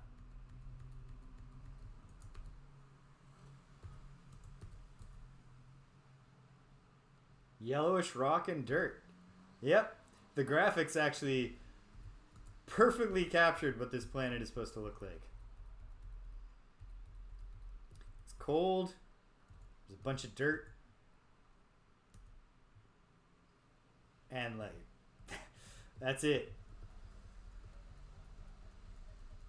Not much going on.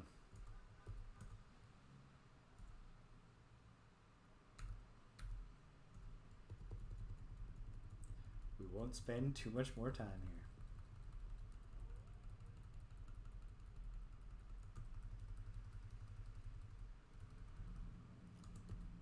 One more new terrain scan. Yeah, literally nothing. Let's take it home. Back to the ship. Let's go back to the office, team. Yeah. Perfect. Well, that was what it was. Let's get out of here.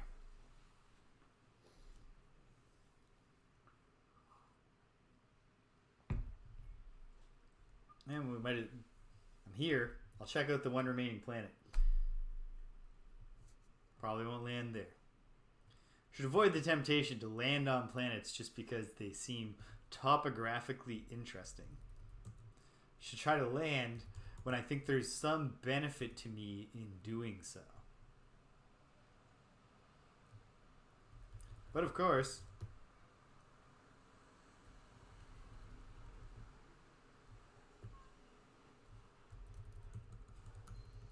But of course, why did I say but of course? I don't know. So it's definitely the wrong phrase to use. But of course, ooh, okay. Platinum, iron, and gold.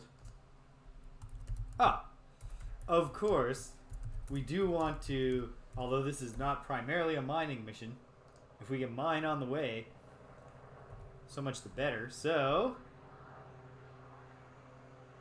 okay. All we gotta do is land in the high elevations and hope that it's not an inferno there. What else is going on down there? Most of the surface is liquid. That's fine. Let's try. What's the worst thing that can happen? We can be burnt to ash as soon as we set our feet on the ground. Which actually, when you think about it, sounds pretty bad. What we're going to hope for here is nice and cool in the white top mountains.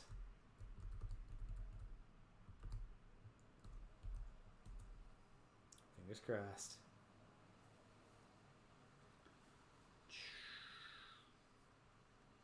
Down we go.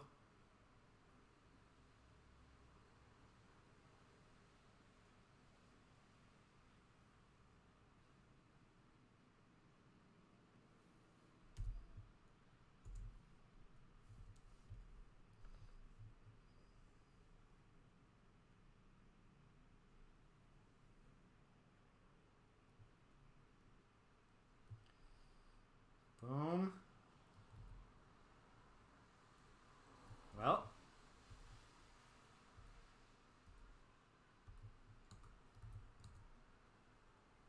We're okay so far. I mean, the very fact that we're not taking heavy damage just from being here strongly suggests to me that we've landed in a temperate part of town. Gold and platinum. You love to see it.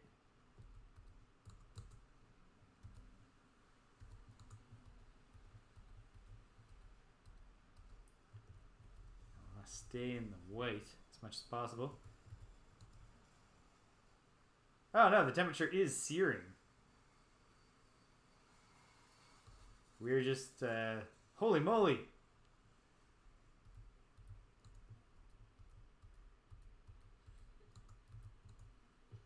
Searing we can handle, I guess. Maybe Inferno is where it starts becoming a problem.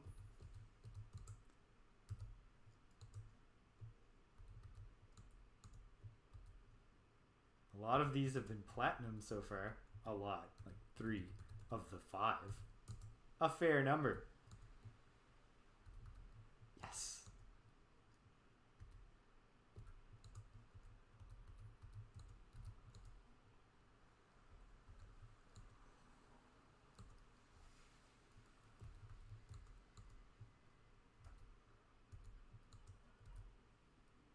And we're full that fast.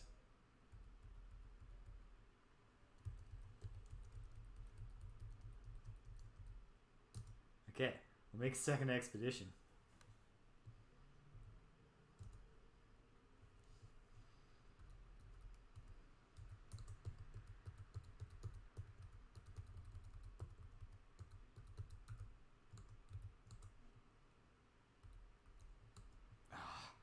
Nothing but 17.2 cubic meters of gold. What a letdown. I was hoping for the slightly more valuable platinum to be there. Just how do we even see that? There's a tiny little iron cube. Well, yeah, like a 10 centimeter cubed iron cube. They have keen eyes. Catch that.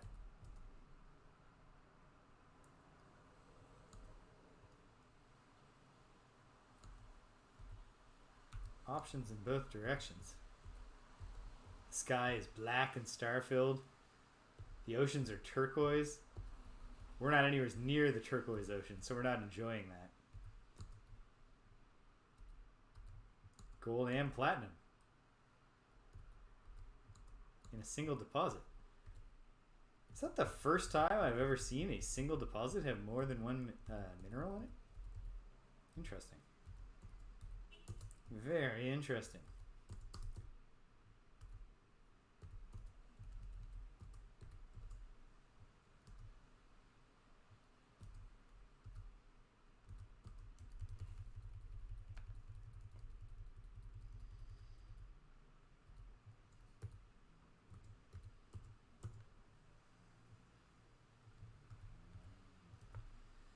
Okay.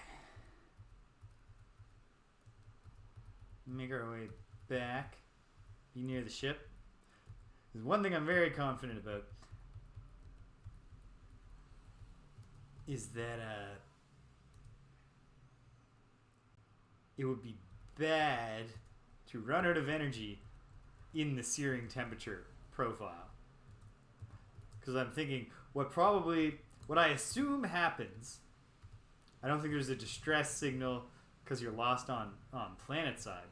I assume that it's rather that the crew just has to hike back, and then they take damage relative. It'll be something like they're taking damage relative to how bad the walk back was, which would be affected by how long it was, I assume. But then probably also walking through searing temperature. Look at this. I should not be riding the line like that, but this is the third time. I've been 1% and 2 at 3%, where I've just nailed the voyage. Beautiful stuff. Okay, that's enough resource gathering from here. I'm going to get back to poking around look at the other two systems, but then let's go investigate that mysterious disappearance and the rumored Veloxi-like egg. But first, a brief intermission. I'll be right back, folks.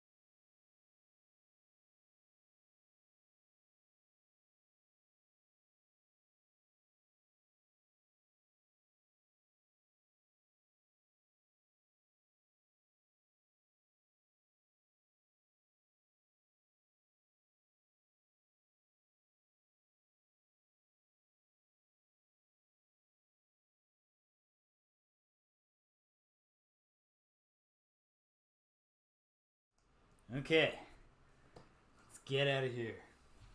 Mr. Fixes, get us the hell out of here.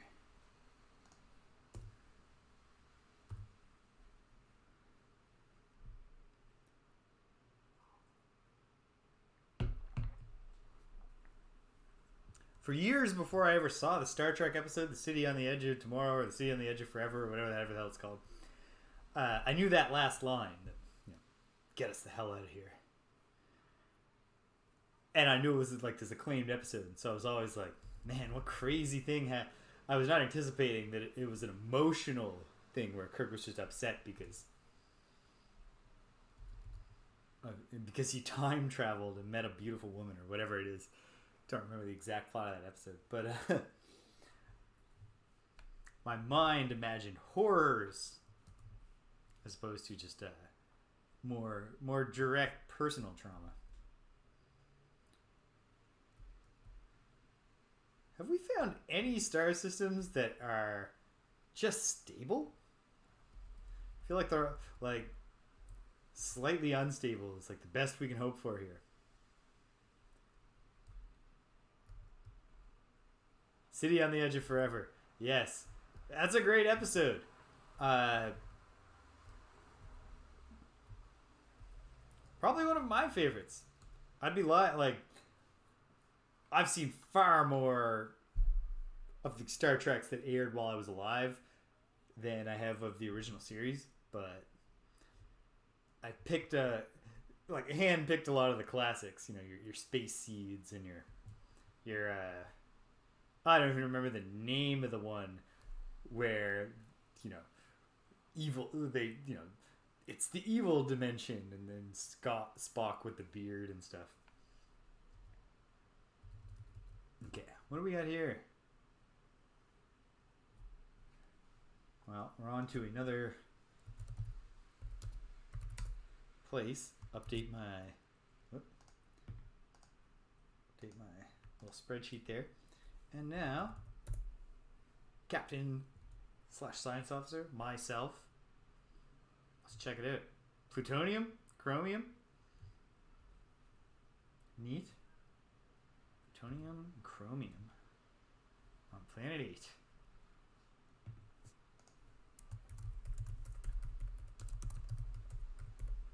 Plutonium and chromium. Calm weather. Subarctic. Got a frozen planet here. No signs of life. And we're not going down for minerals or only minerals or suspicion that something might have lived there. No, not minerals. Only biosamples or strong evidence that we might find ruins are going to attract me to land. No, we don't need to orbit this one again. Let's orbit this nice purple looking planet. Ooh.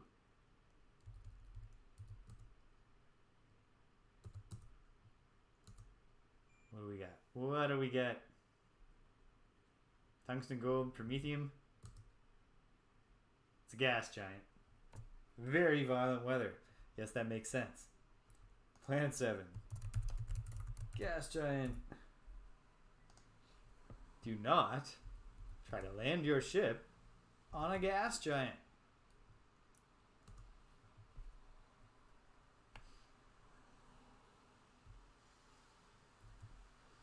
I think Star Trek Deep Space Nine might have been my first encounter outside of like children's cartoons, oddly enough, with like long form serialized storytelling. I remember just like gradually realizing, hey, they talk about this war like all the time, or this just like the tensions around the wormhole or whatever it is in Deep Space Nine. And then when in the late season, like it actually starts to happen, I remember being amazed by that, even though I don't hold a lot of the details with me anymore in my brain.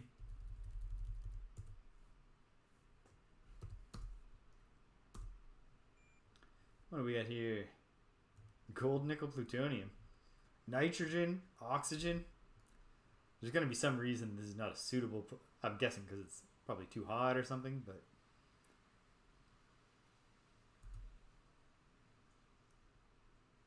Very violent weather and temperate to searing.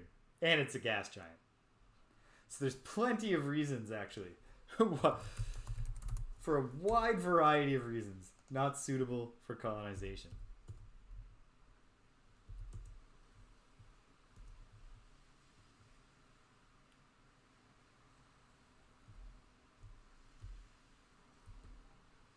And in towards the core. 2 more planets, check. And then 1 more star system here. Then we can go find out about that egg.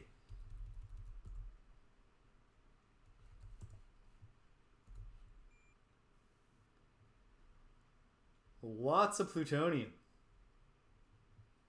I can already tell it's not a suitable place for anyone to live. Searing to inferno, but the weather's calm.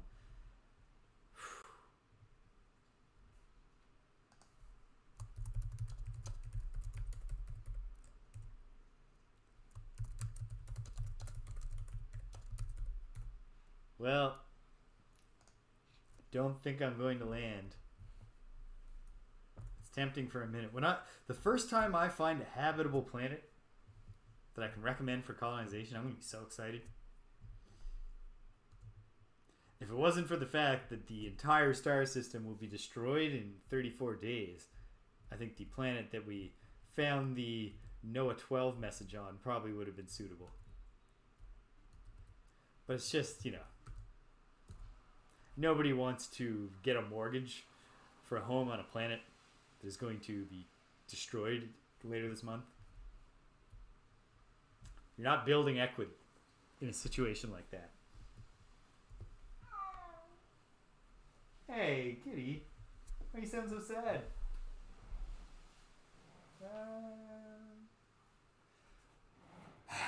Got to investigate. Probably she just wants me to make the tap go. I'll be right back.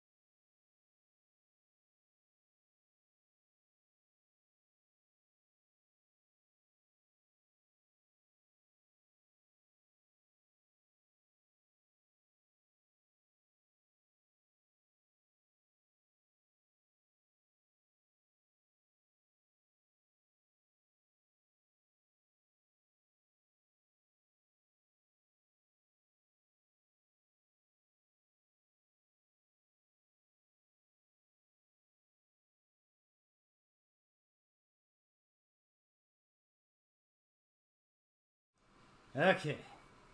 She did want me to make the tap go. I failed to achieve a suitable trickle rate. So she didn't wind up actually drinking anything. So what do we got here? Iron, copper, magnesium, no atmosphere. It's Inferno, so close. Yeah. I didn't have high hopes for this very close to the sun planet to offer all that much. Let's get out of here.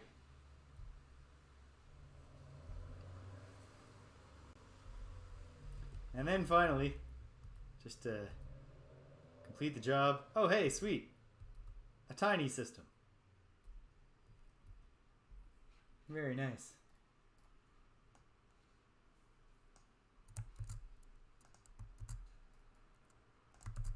Just creating some more room in the record keeping spreadsheet. We've now got, what is this, 14480. We've completed the constellation.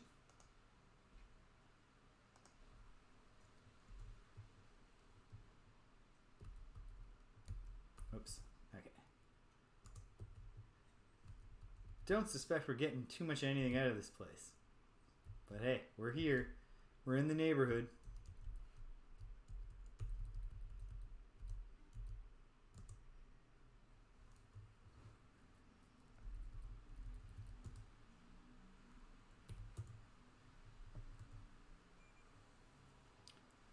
Tin, copper, and tin.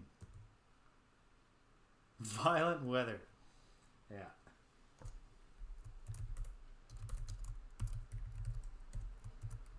Violent. Oh, and it's a gas giant.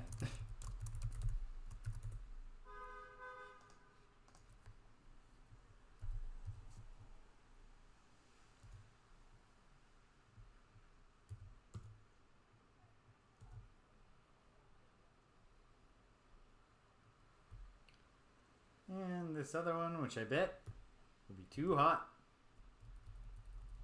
In fact, if the star is blue, it'll be really hot, isn't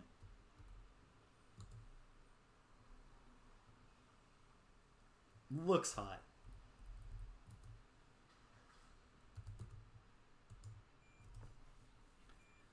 Nickel gold promethium.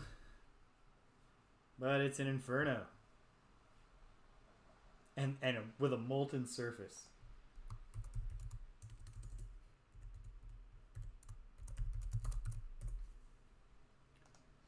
Great. I mean, it's not great. I can imagine ways in which it could be better. All right, back on task.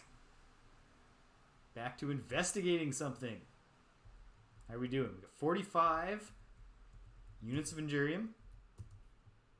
We're going to, let me remind myself, 192, 152.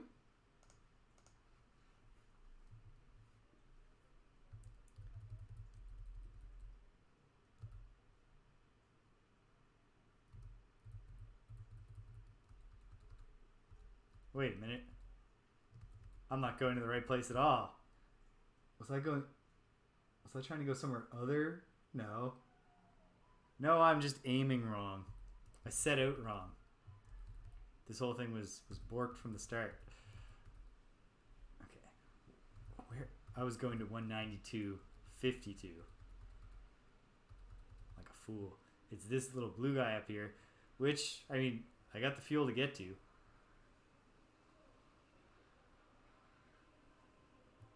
But we should actually return quickly to Earth. Oh, motion detected. X4, Y minus 3.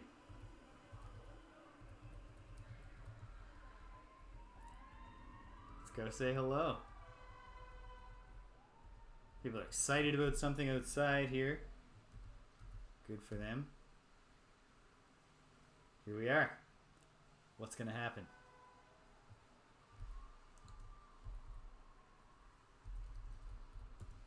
Step 1, let's give them a little scan. Oh, hail and welcome. Identify. They're the yellow one. Hey, peace sounds great, but I don't think it's going to work. So we're actually just going to say farewell. I went to the wrong place. But yeah. Sorry, yellow one.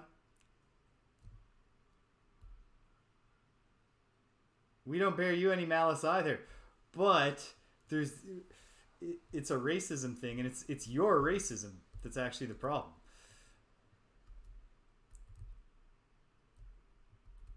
Okay. So we want to return to 125, 100. Sell what we got. Get a little bit more fuel in the tank, and then we'll actually go to that egg. Gotta maneuver through here without making any stops. Great. More motion detected, but I don't want to hurt the yellow one's feelings by continuing to reject them. Reject their entreaties, their kindness. But yeah, I was just thinking that much earlier. I didn't finish the thought, but I guess I could, once I've got a good resource generating engine going. Oops.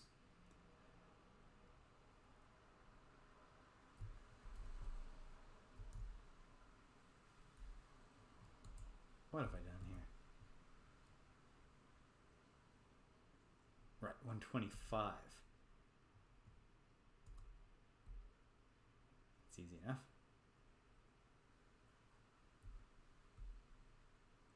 And we're home.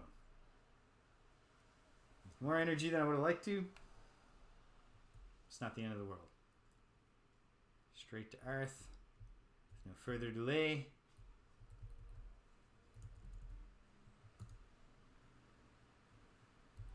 We're docked. And we disembark.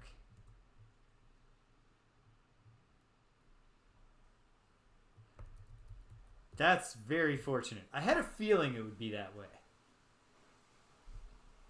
Especially when I didn't answer the hail and I started leaving and they didn't send a message of like, hey, what the hell? But yeah, I guess when I've got enough money going on, I can think about maybe training up a backup Eloan communications officer and a backup engineer or whatever. And no, the engineer's Veloxi. We can swap. We could, I think, use that as an approach. Okay. I'll sell all of this. You can have all of this as well. Iron's no big deal. This is the stuff we're excited to sell.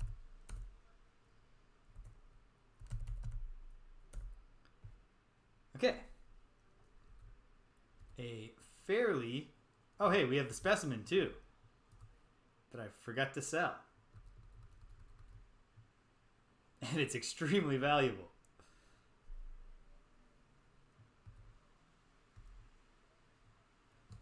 It's only one of it, rather than a large volume.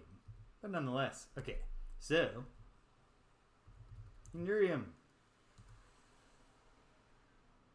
I will buy... Let's see.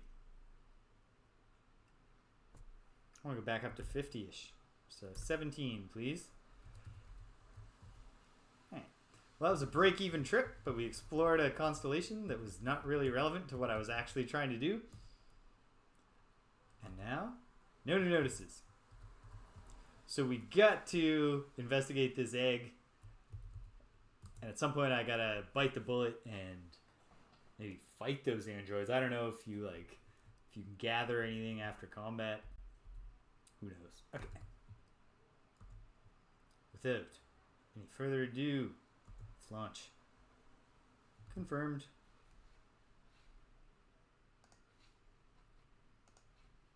So we want the Ulex Brain World, or as this little app calls it, the Ulek Brian World. The Winding Orb, we got ourselves one of those. At some point I gotta buy this flat device too. When I have 30,000 to throw away. Find out what that does. And then the Ulek. That's thematically appropriate.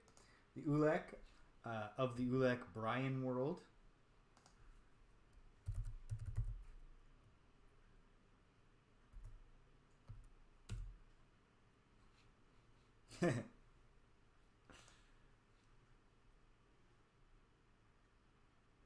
Yeah, they did not. Yeah, because I pretended to be Group 9, right? To try to satisfy... I can't remember which one I did. Either way, they have some thoughts about Group 9 for sure. And they don't hesitate to get violent. And I have not fought anything at all. Maybe they are my first enemies to fight. We'll find out. Because might be some danger. If a ship was lost by this mysterious egg... Okay. Let's do this right this time. 192, 152. I am going to look at the star map for this just to get a nice reminder. Ooh.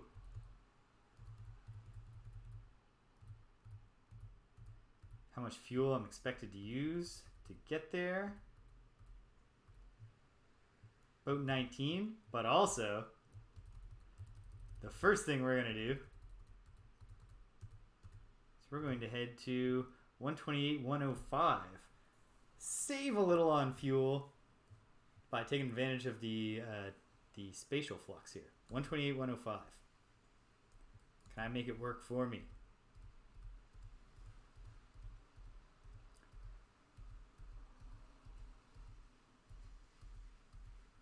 $128.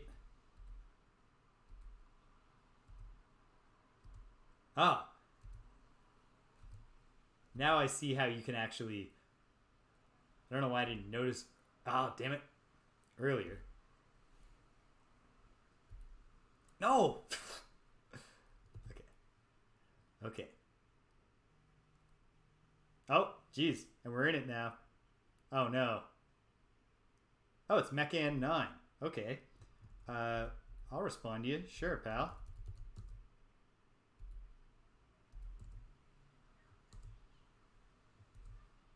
Don't know that they'll care that we're friendly, but hello. I don't think they'll care at all. Yeah, but we're peaceful. Heaven awaits. Are you prepared? No. They've armed their weapons. Programmed to repel invaders. Well, we're terminating discussion then. Raise the shields. Arm the weapons. Combat. Okay. Zap. Zap. Ooh, it got me.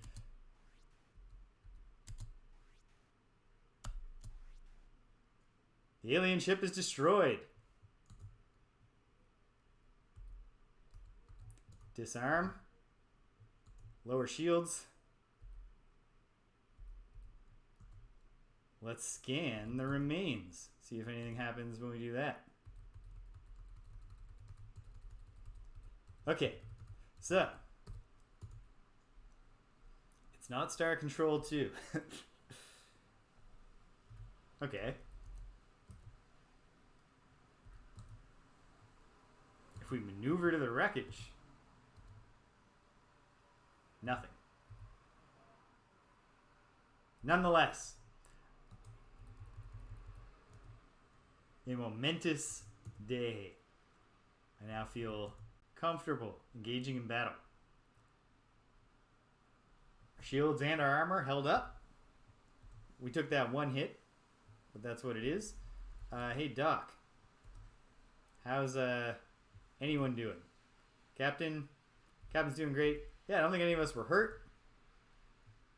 Okay, I'll take it. Oh, yes, you're right. Okay. Thank you, Theta, for reminding me. It's a two-step process.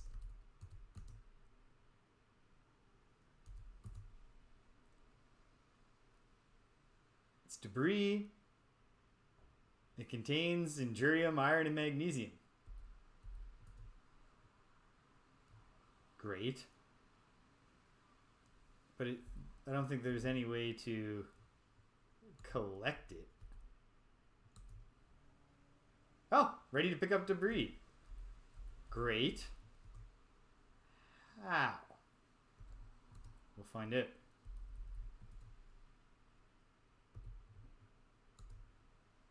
Captain? Oh, cargo? No, that's our cargo. Debris. Sweet. Especially the free Endurium. We'll take it all. Okay. Okay.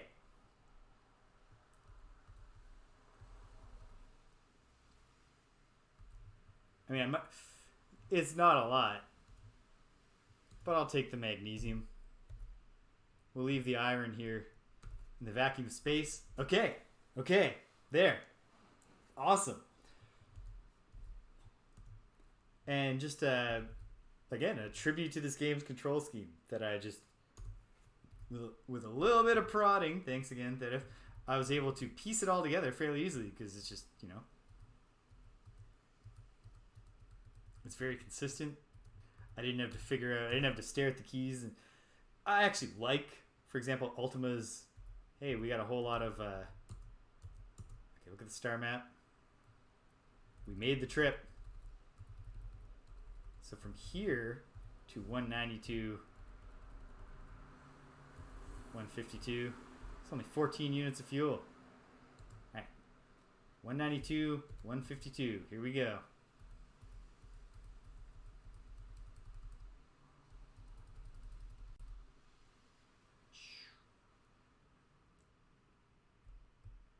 Lots of motion, but we're leaving it in the dirt.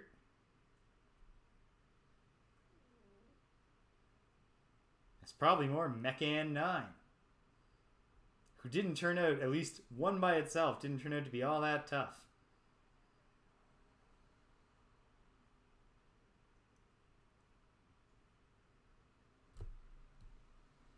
We're almost there. Wait, oops. I broke off the wrong motion. Forgot all about what's X and what's Y. Here we are. Scanners indicate it's an object. Something's coming.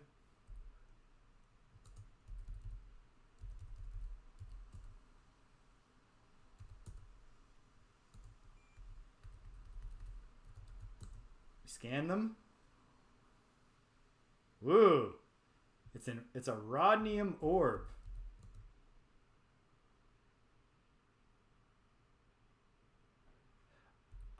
I was very expecting that it might turn out that way. I haven't done it yet, but I will. Because, yeah, that would be painful.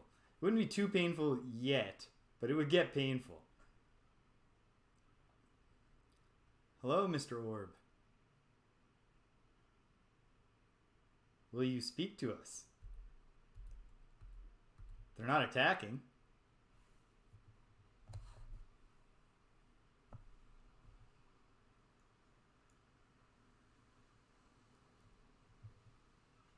Try once more.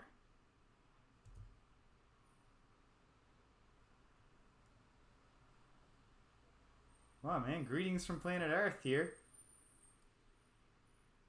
Okay, hold on. Gotta remember the two-step deal here.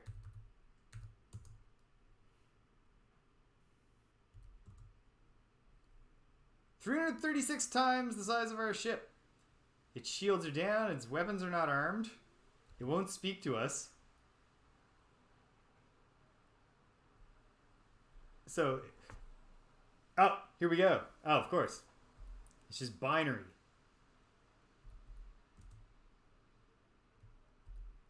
Okay. What can you do with that? Nothing. Oh.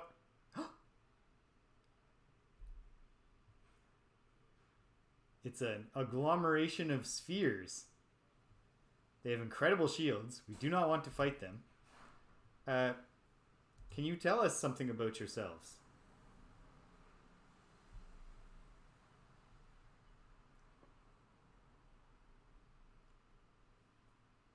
Oh yeah, tell me about it. Jeez, we've all been there.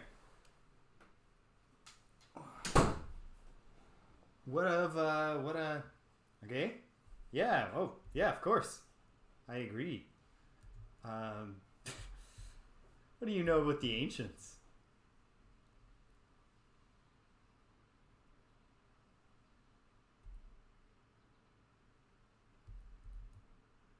Well, thank you for talking. Thanks for trying.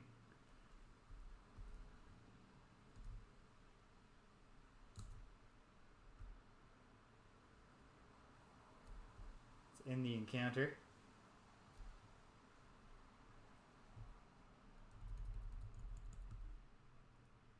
Taking it into the system. Oh, it's stable here because the flare has happened. Well, we know that there are spheres and that they love their own shape. So when it was time to explore the world, they're like, yes. Orbit established. The ship is beginning to vibrate. Well, I don't love that. We're taking damage. Oh, wait, this is not what I meant to do. Maneuver away. Maneuver away. Huh. That was concerning. I'm going to try raising shield and going back. Engine malfunction. Engines are inoperative. Well, that's distressing. However, We have a great engineer. Could you please get to work on those engines? Should only take 2 minutes. It's operational. Okay. Shields are up. Can we get anywhere near? Oh, wait. Mr. Zzz. There are other repairs to be attended to after your excellent work on the engines.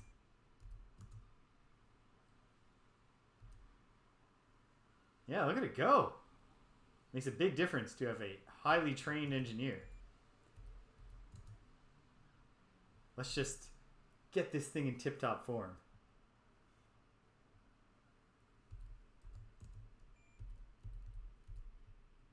Especially the shield. We're going to put up the shield and hope... Oh, we specifically need molybdenum. Okay, well...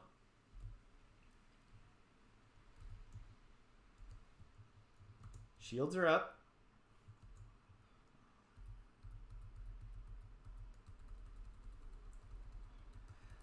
Let's approach the planet. One more time.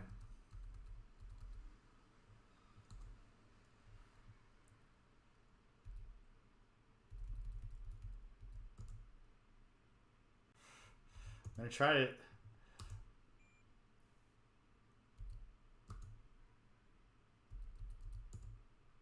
Okay, well...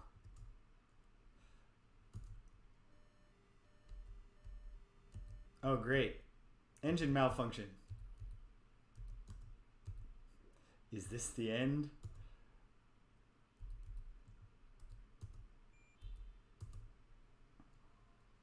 All right, operational.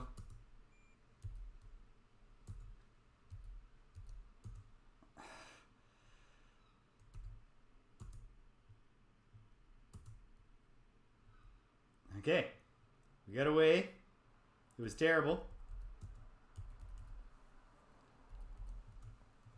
Alright, so obviously, after the solar flare, there are bad things about your planet. The planet consists, like, its profile is exclusively Injurium. So, obviously very volatile. Can we repair any of this stuff?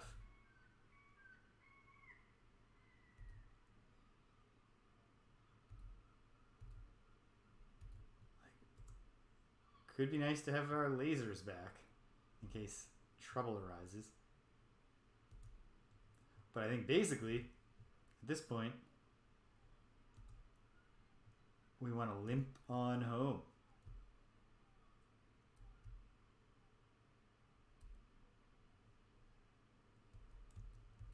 Another repair completed. That's good. Good work. Fix as much as we can on our own here.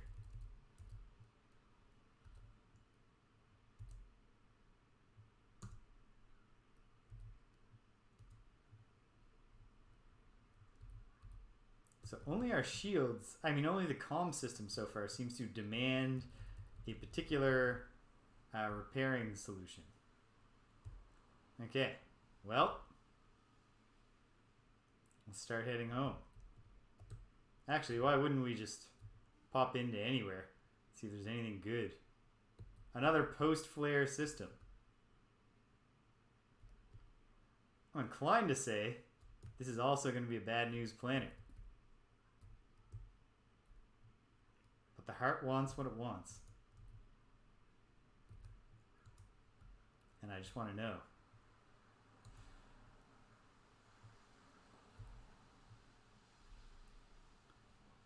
Okay. Okay. Okay.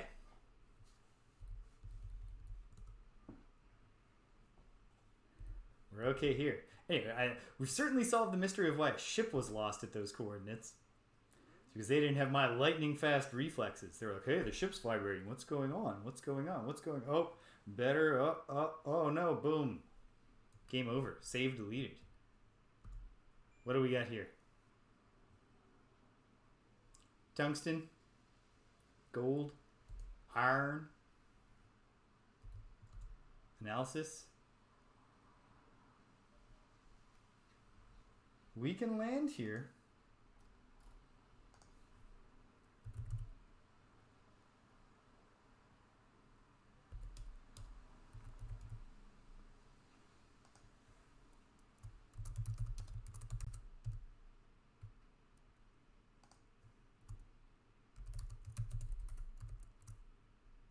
Okay, this is 188, 148.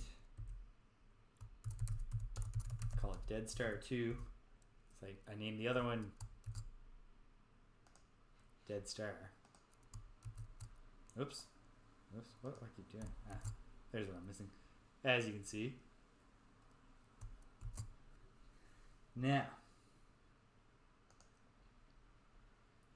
it seems like a place that we can land. Okay, it's orbit 7. It's calm. It's cold. It's very low gravity, but we can land. It is gravity at all. We can land. Meanwhile, it had, what did it have? Zinc, iron. I'll just go back to the sensors. Tungsten, gold, and iron. Well, my real hope here is that maybe, just maybe, there's something else down there. You know, like ruins. Obviously not life. Things have not gone well in this particular constellation. Yep.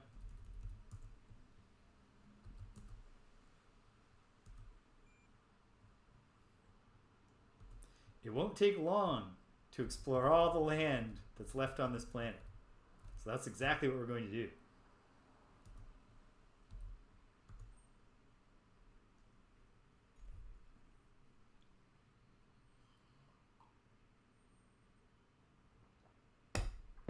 Oops. Landed underwater. Under the sea.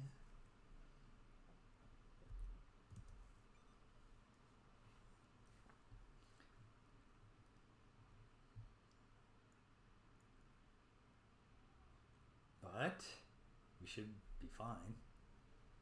Just a little water. It's overcast. Yeah.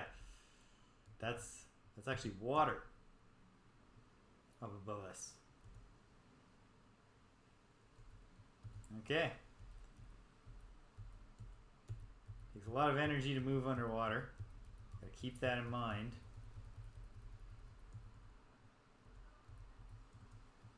Check the results of the scan. Anything?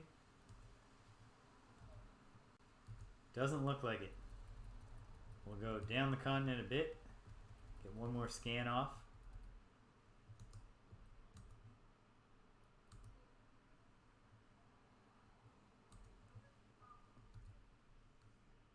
Don't think we're gonna find anything.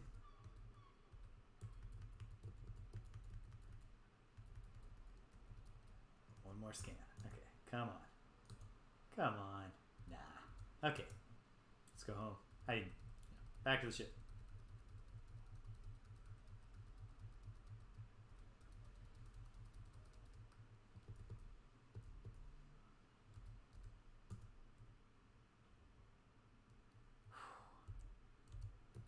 Well, I mean, we confirm that these flares are serious business.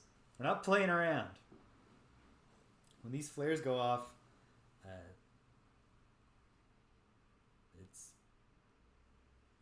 it's game over for the locals. Meanwhile, was that when they talked about an egg? Were they just talking about the big floating? Because how would that look like a Veloxi egg? It's 37 times the time of the size of our spaceship. I don't know. I don't know. Actually, I need to annotate the map here.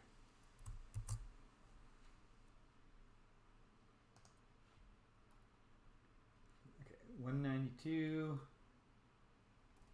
and 152. No, wait, it was 192 on X. 152 on Y.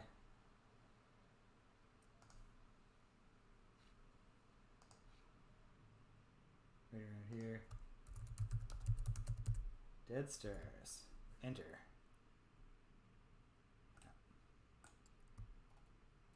Perfect. It's labeled.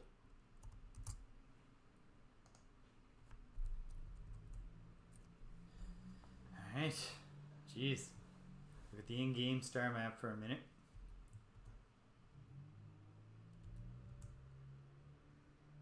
Anything else around here? I mean, I want to be heading homewards with any move I make. Precisely how much fuel? From here to Earth? Certainly less than what we have.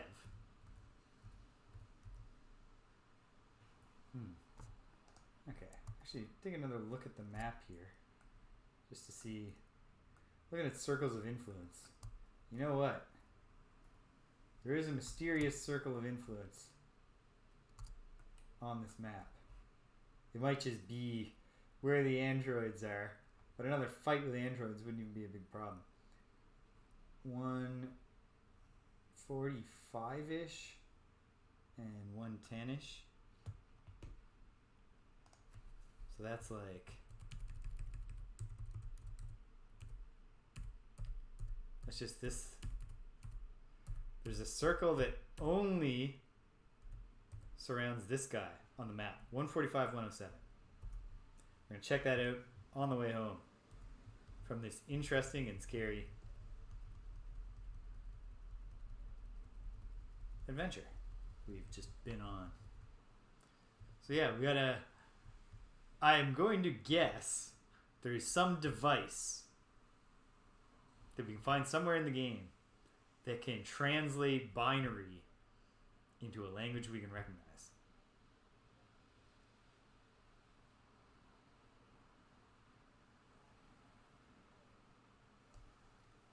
Motion detected. X -4, Y -1.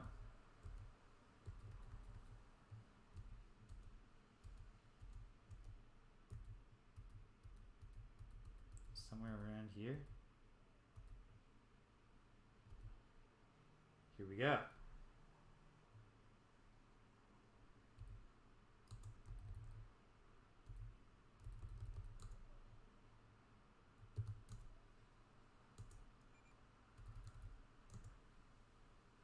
This is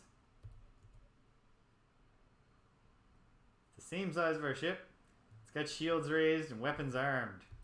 Because these are the Mechan, aren't they? Just more Mechan.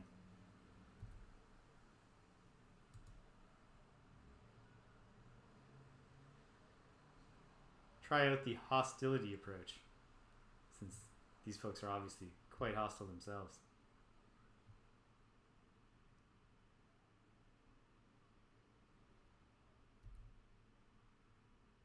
This is Empire territory. Leave immediately. Yeah.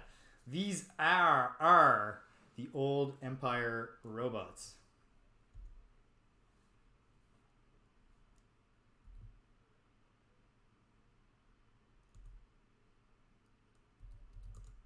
Answer my question. No, they won't. Alright. Well, that is what it is. Mr. Fixes. Shields up. Malfunction. Oh, good. Oh, good. Let's maneuver.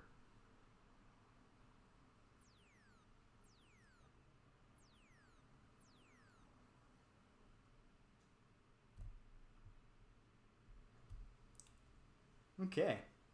Well, that sucked. But we're almost at the star I wanted to check out. Whoops. Whoa. Just kind of snuck up on us here.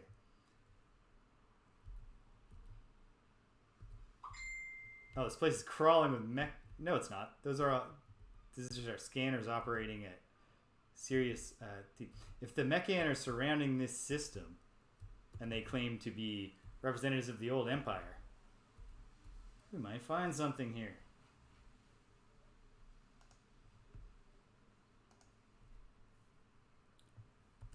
$145, 107.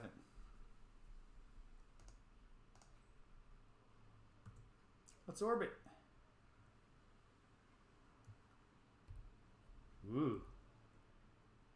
Looks colorful. Throw a scan down.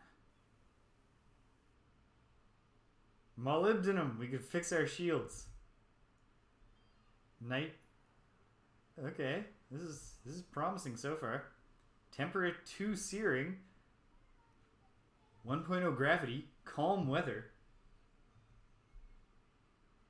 Position 4. Okay.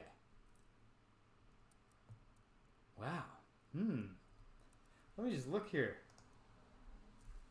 Colonization conditions. Temperature, temperate or tropical. There are temperate options here. Gravity.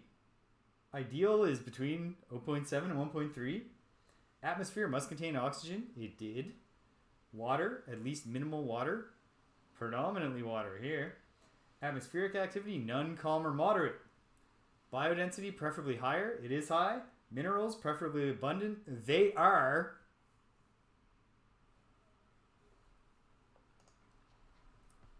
We might have ourselves a colonization candidate here. Hopefully the hostility of the Mechan is not a secret failure condition here. Alright. Well, we're going down. Nonetheless.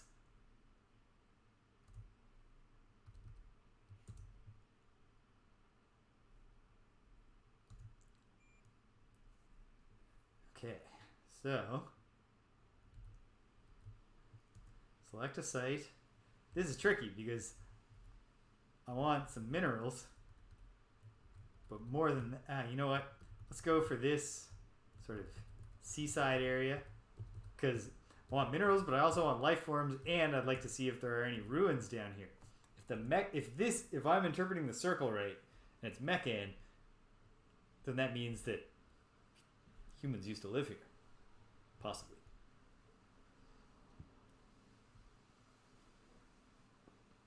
Now, landing in the water once again.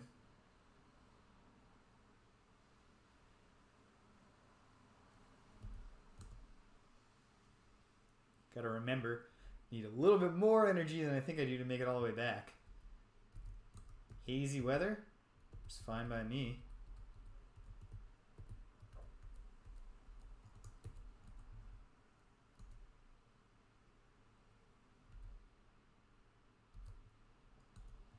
Grass-like carpet life form.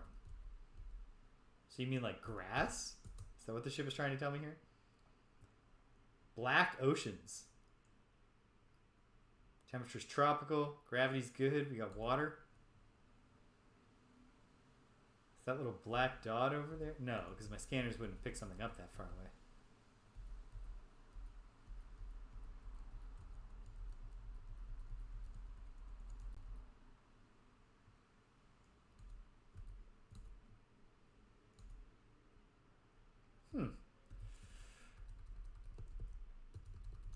We've got abundant biosigns on this planet. And I landed in what seems like a very nice zone. And yet, nothing so far. Oh, some minerals. If we go up to higher... Oh, okay, life forms. The black dot was a life form. Do we got some molybdenum? No, no luck. It's only the more valuable otherwise mercury. I think I'll be okay. I think my heart... Oh! We have a fungoid life form. It's sessile. No, it's not sessile.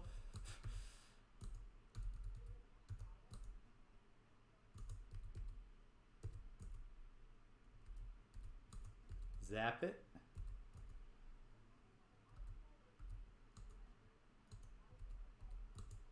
Zap.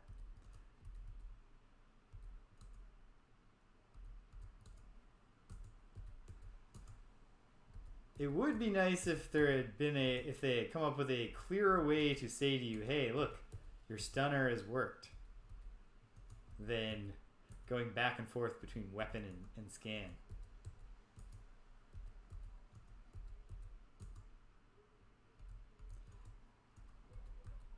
Oh, I get what's happening here. It looks Cecil because it can't move.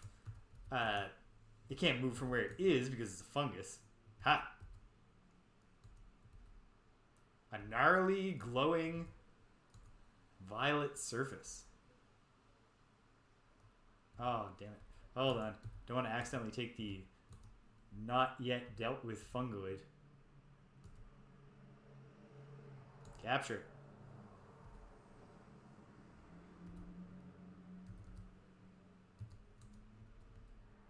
How about this one? It's also fungoid. Also has a gnarly surface. Oh, I get it. Like literally gnarled. Not a random... Oh, no, no, no! Captain James takes a hit from this violent plant that came at us out of nowhere. It knows they know I'm a vegetarian on this planet.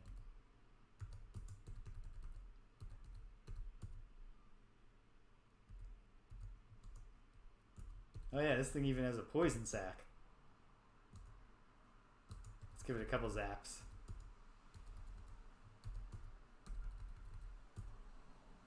Ha!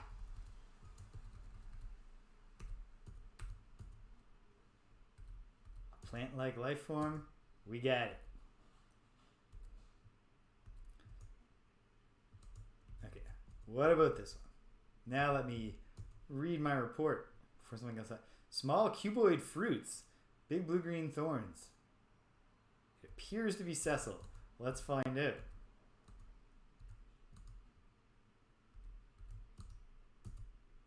Yep. Nice. That was all the little life forms in this area. Oh, I see another one. But, I think for now, return to the ship.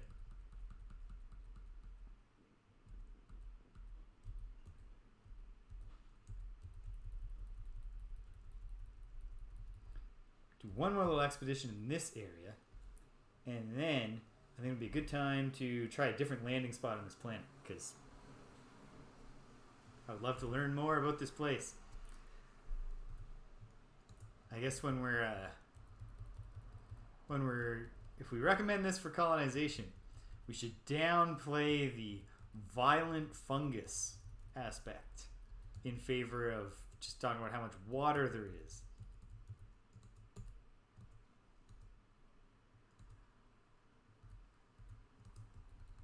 Okay, yeah. I don't think there's a ton going on in this region, so let's just return and we'll try a different place.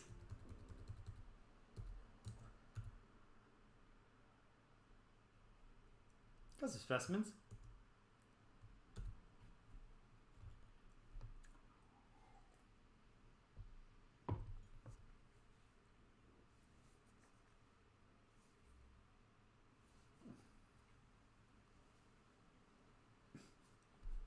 Didn't find any molybdenum for those shields, but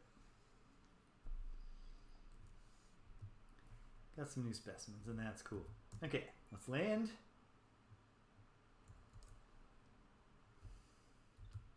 Let's land at the base of this mountain. And we can go up for some, resources, minerals, but also look closer to the sea and try to find life and or ruins. Definitely got to look thoroughly in this system.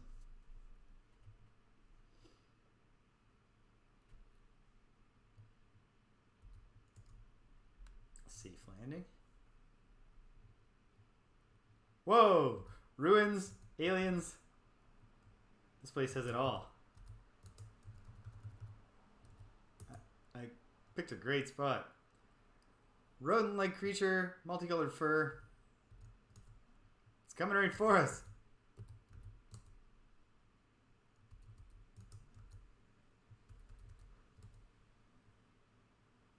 big one.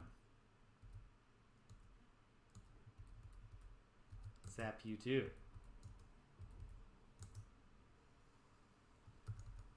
I could tell you were going to attack me. Just give off that feel. I'm giving you 2 zaps before I check you again. Hopefully that's not a kill. Ha!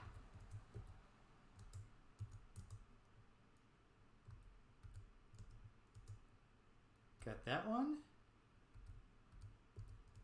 What about the one by the ship? Was that stunned by my shot? Yes. Let's grab it before it wakes up.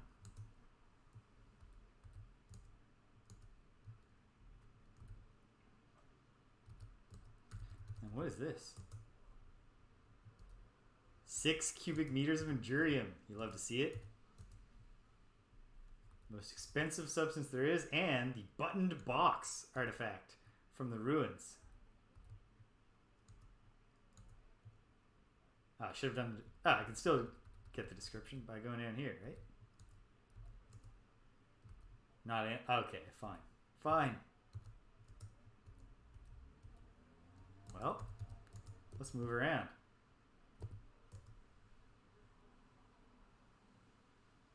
Small, flexible branches. Well, hopefully those aren't smacking branches.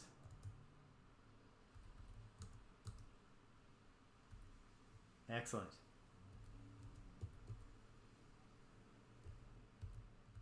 No, you just be cool, man.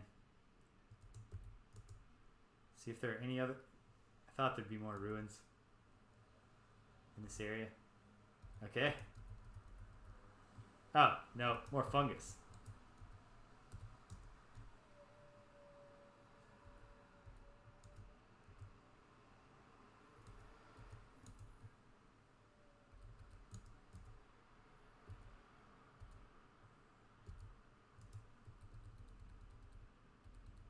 Okay. I saw a mineral deposit up here, which we dearly hope will be molybdenum. Nah. Just a more valuable resource.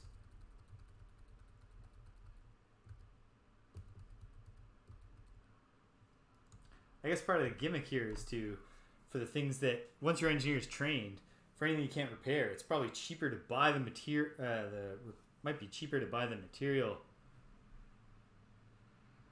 Oh, right. Right. I'll get back to that. Oh, hey. Lots more stuff going on up here. In addition, including new ruins. And more Endurium.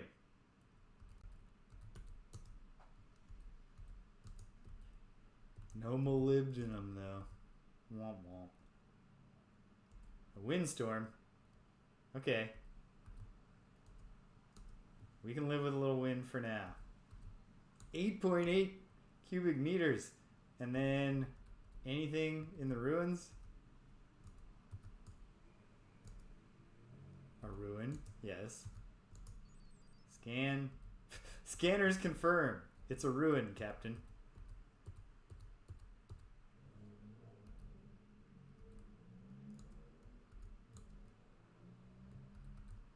Sweet, sweet molybdenum. We need more if we're going to manually repair our shields.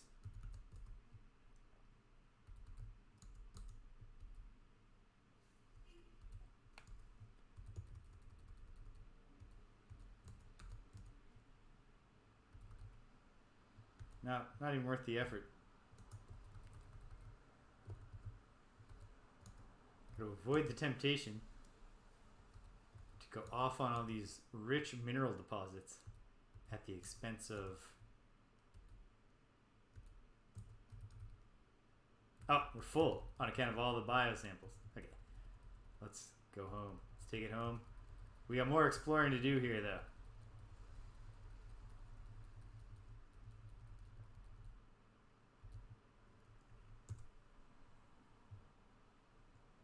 Oh, took a little hit there from the wind. He'll be okay. It's just a little wind, buddy. Never hurt anybody. Did kill one of our original crew members. Maybe. Little. But we don't talk about them anymore. Like Captain, what's his face? What are these things? Are they Cecil? Huge rodent-like creature. Bright purple fur. Big branched tentacles. Acid sac. My goodness. These things are just crazy. Let's give him a stun.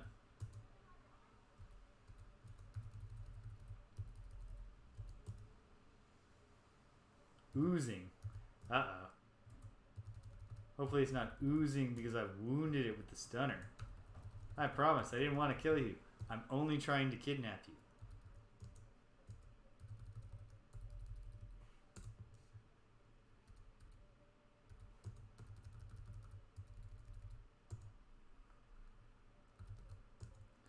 Okay, give him 2 more zaps. We'll double up this time. Zap, zap. Come on. Stunned. This thing will not give up.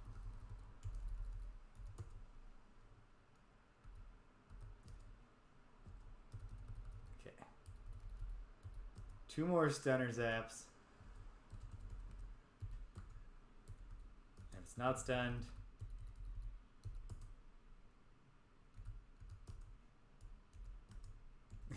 We're gonna shoot it with the laser. See what happens.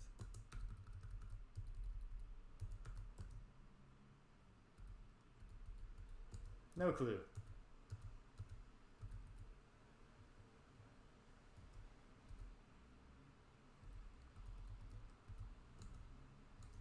No, these guys are stunnable.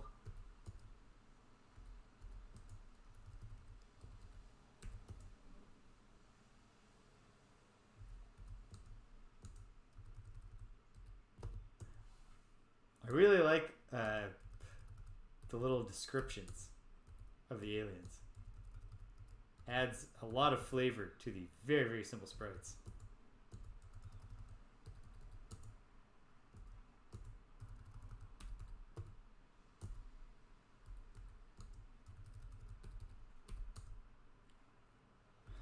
Man.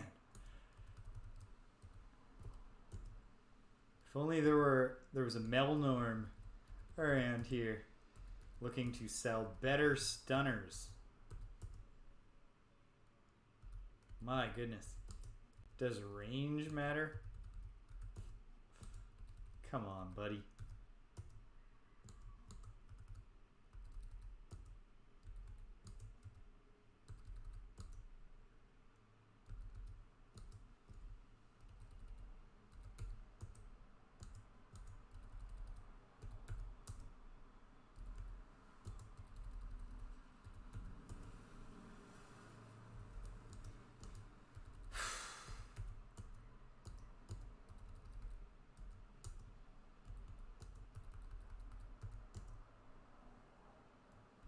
Easily the worst part of the game so far.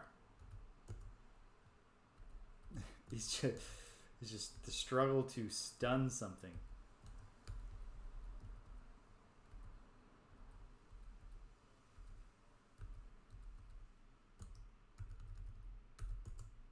And yet I can't give in. I'll give in a moment. Last try. Fine. You don't want to get stunned? Don't get stunned. See if I care.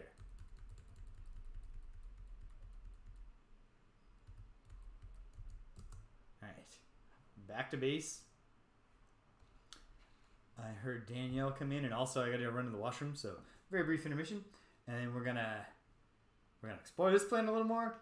Then we'll check out the rest of the system and maybe make some colonization recommendations, which is cool and exciting.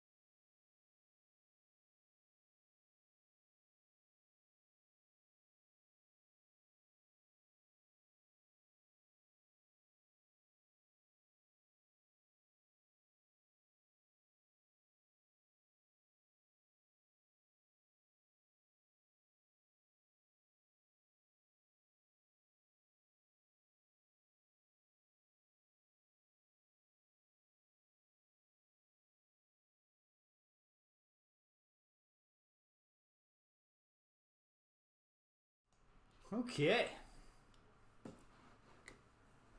Once more in this region. Maybe try one other region briefly.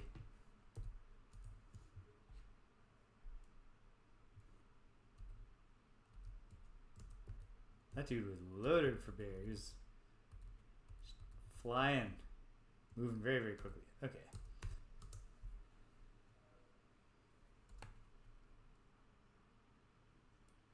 Oh. A different ruin in the mountains. I think it's a different ruin. Yeah, because I didn't pick up that Endurium yet.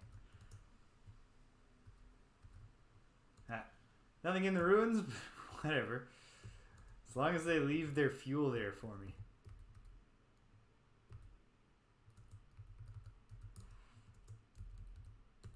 Here we go again.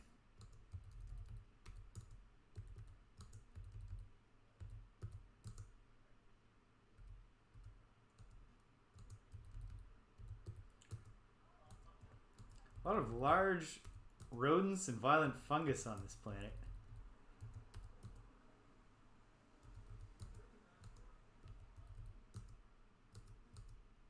And they don't...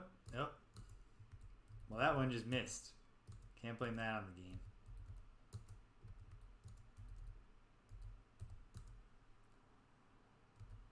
Come on, man. Yeah.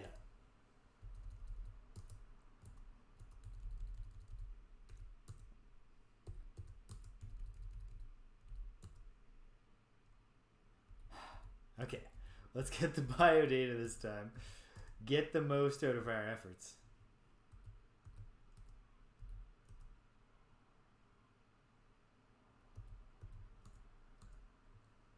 And then we'll take it home with us. Okay. And we'll explore some more.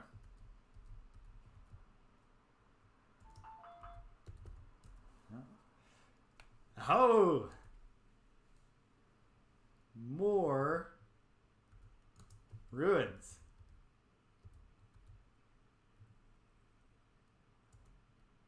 Anything in these ruins?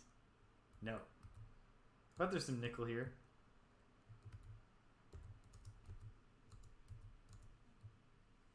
And you know, the Endurium. The very, very expensive Endurium, which is perhaps even more precious than a small deposit of nickel. Okay. Scanning new terrain. Throwing up maps. One last ruin. Well, I doubt that's the last ruin, but that's the last one I'm going to try to check out on this voyage.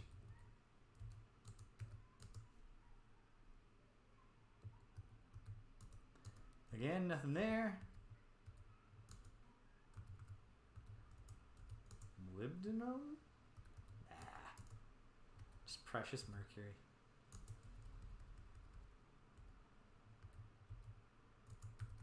I already captured one of these things, didn't I? But I did not record its bio data.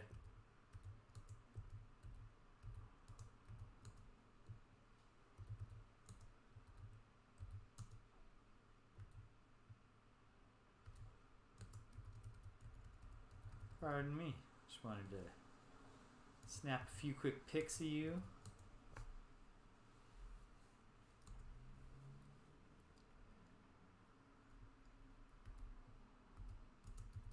Okay.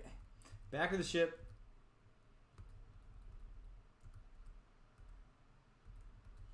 And then we'll try one other location on this planet just because it's been rewarding so far.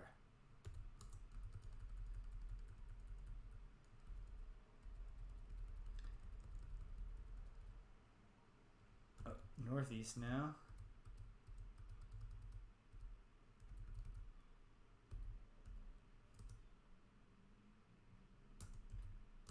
There we go. How am I for time? Oh yeah. Yeah, we will finish our exploration of this entire system. Get back and count our winnings before I gotta start thinking about things like eating and actually going out and seeing some friends tonight. Gotta actually figure out the board game that's going to somehow satisfy a weird mix of people with different levels of board game enthusiasm.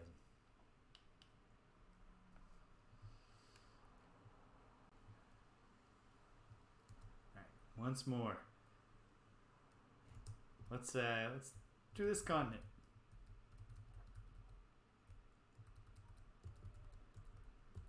Most of the we certainly had some mountain ruins over there, but maybe there's also some seaside ruins.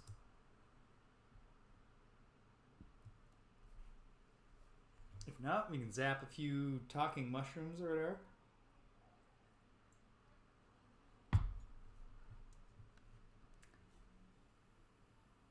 Locked on. Bringing it in. Safe landing. Love to hear it. It's hazy. There's my least favorite type of life form are the fungi that kind of, when you first glimpse them, you think you found a ruin.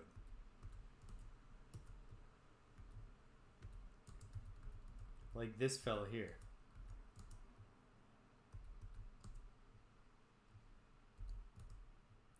Record its biodata.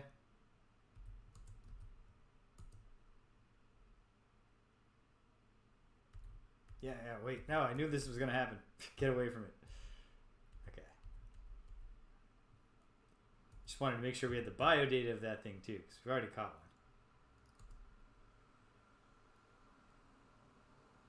one. Alright.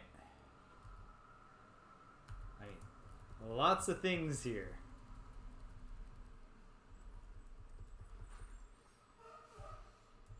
Oh, we never scanned this dude. And then there's a new one.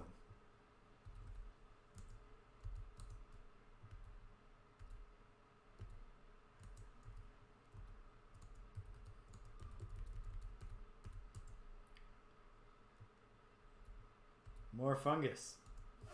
This one's small, has a little stem.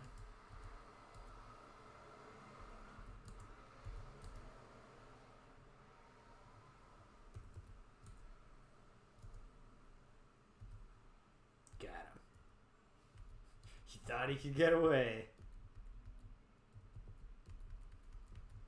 Or perhaps more likely, it, rather than he, never had a single thought at any point, nor could have considered running away even if it was capable of thinking about wanting to do it. Alright, I think I've had the run of this place for the most part. But once more, let's go to the southern shore. Towards the southern shore. And just see it. If anything comes up. Misleading mushrooms. Hey, is that a bunch of ruined houses? No, that's just a big, giant, angry mushroom.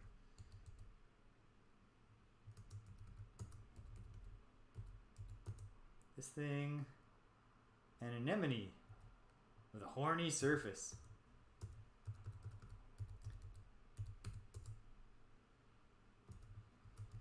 Give it 2 zaps of the juice.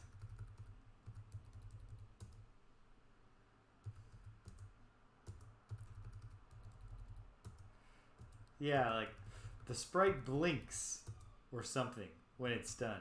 Just anything.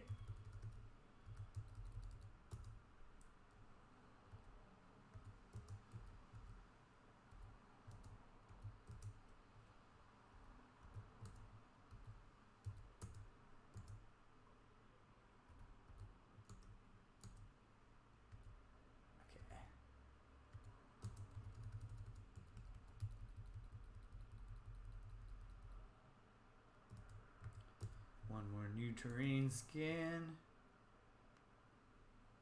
Oh, hey. Whoops.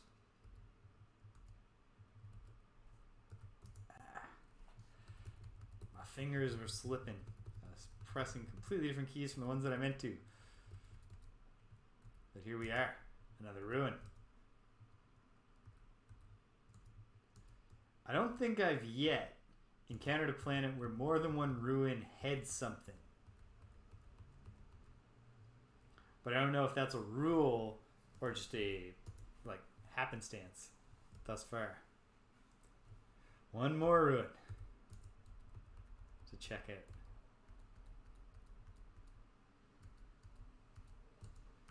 Probably nothing, but again, you cannot go wrong with all this free Endurian. We should mention that in the colonization report. You know, people get worked up about gas prices.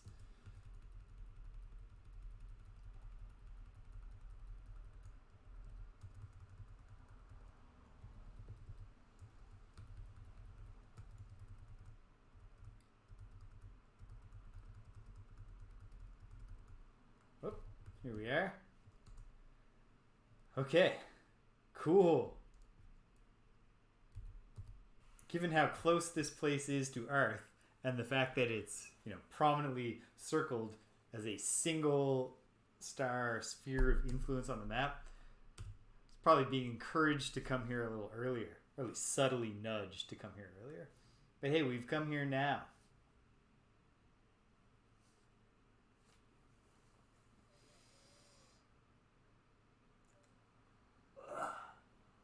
There's something I'm missing that makes it a terrible mistake to log this planet for colonization. This is your last chance to stop me. I'll stretch one more time because I know there's a delay in the broadcast.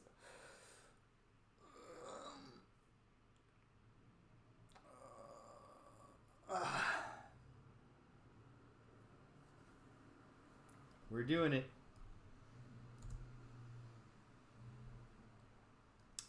Yeah. People should live here. Name this planet. Oh no. Oh no. A lot of pressure. It's Fungia. The planet of the fungoids. Alright. Fun. Let's carry on. How many other planets? I think there were 3 other planets here. And in fact, there are 4. Because there's actually one further out. Okay, that's fine. Because probably the one that's very close, it's not going to even be suitable to land on, let alone explore thoroughly. Scanners seem very effective here. They're picking up readings from far away.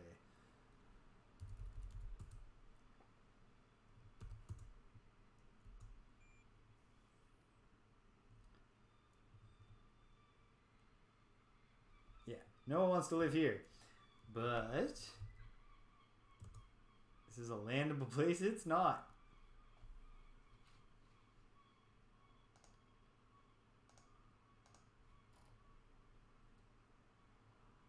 Okay. Man.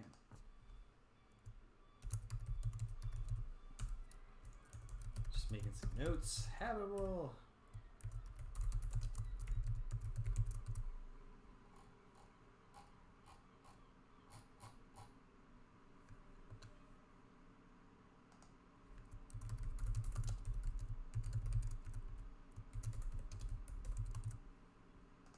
All right. That was exciting.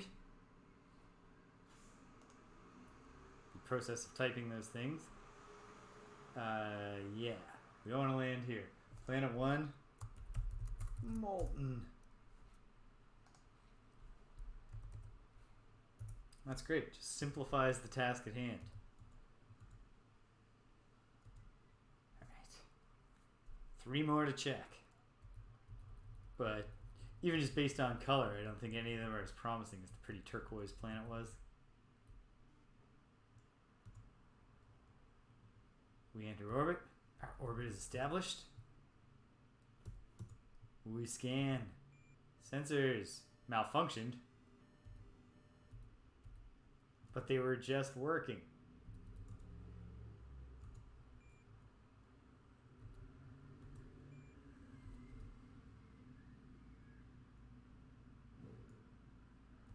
Okay. Get to work.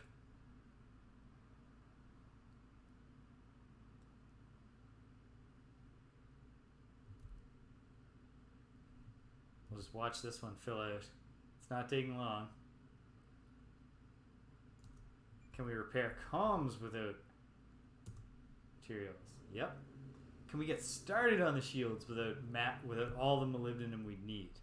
I'll find that out too. And then we'll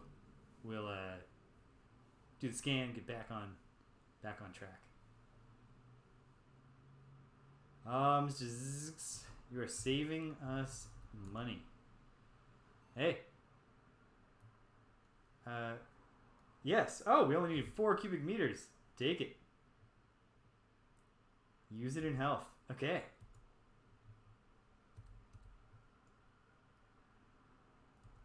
Excellent. Alright, sensors. Magnesium and iron. Terrible atmosphere. And there's really nothing. Yeah. Nothing much going on.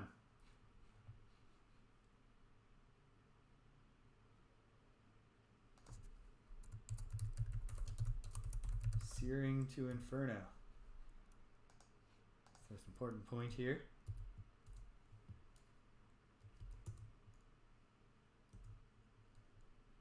And we maneuver. 2 more to go. And we're heading home to count up our winnings. Things are closing on our position, but we're back to fully operational. We're ready. If we gotta fight, we're ready to fight. Mercury, plutonium.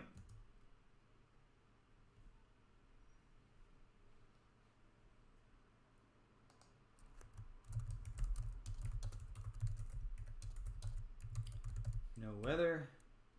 Minerals are not abundant down there. But they did include plutonium, so I might as well note that.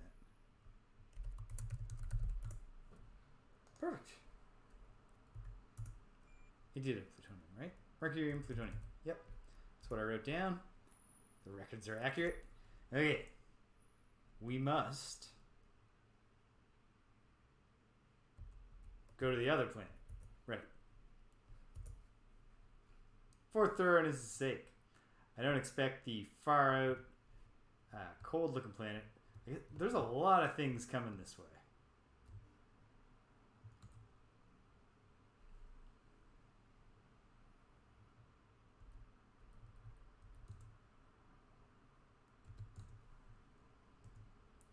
Sensors.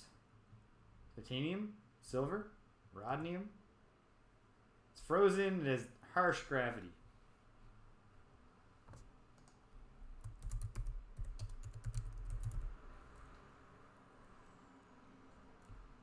And violent weather.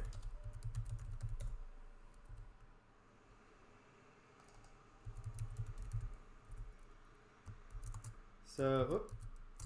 Yeah, so my spreadsheet it's getting a little patchier. You see, I was filling it out in much more detail for that first exploration. As I learned, once you start to realize quickly how you can rule out a planet as being important, then it's like, well, I'll just write down the confirming details that this is not the big place to be checking. Oh, all these signals I'm picking up are actually... it's not so bad. Okay. And then...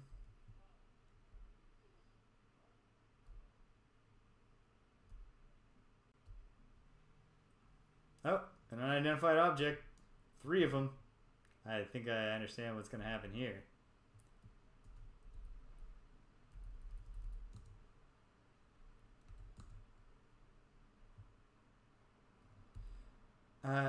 Fine. I'll respond, but I don't know what you exactly like.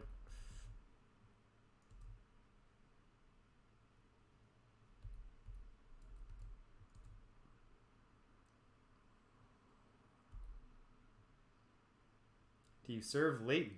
No. I've heard the late nights are bad. We have waited long for Noah. Shall we continue to do so? No. Noah's over, buddy. So your desire that we maintain code blue? No. You have been delayed. We were not programmed for this contingency. So, did the object that we picked up on this planet make these things recognize us, so to speak? They're certainly not going to answer questions, nonetheless. Communications are terminated.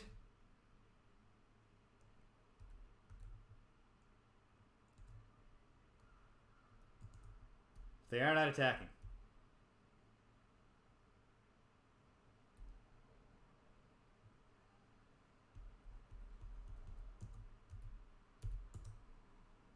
Okay. So, outward to home.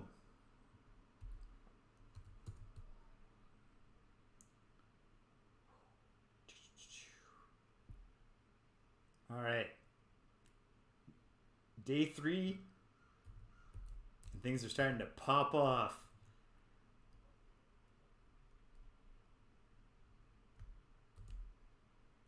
Things are coming to life. We've achieved something. My strong suspicion, of course, is yes, that it was that I bet, we'll find out when we analyze this object. But the impression I get, I mean, obviously the Mechan treated me a lot different. They had questions. I'm assuming code blue is them on like high alert, defensive. It's kind of sad that they've just been, for literally a millennia, just waiting for their next orders from the Noah project. It's a little sad. And then you're like, they're machines. They don't care. Still, they're machines that were designed to look like people. So it's tough not to wind up anthropomorphizing them. Or personifying them, or whatever. Whatever the best word there would be. Now, not the configuration. Let's start with the trade depot situation. Well, let me sell you some stuff first. This was not primarily a resource gathering mission. But we gathered resources.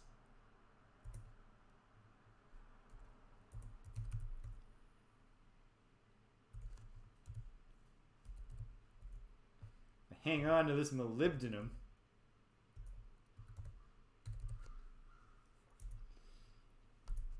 Because at least, like, it might change depending on the class, but for our current shields, molybdenum seems to be the key repair mineral. Okay, we're at 6 figures, and we haven't gotten down to the business of selling all of this stuff.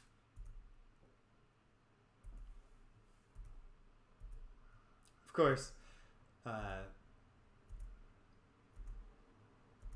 this was all pretty near Earth, or near Earth, sorry. So,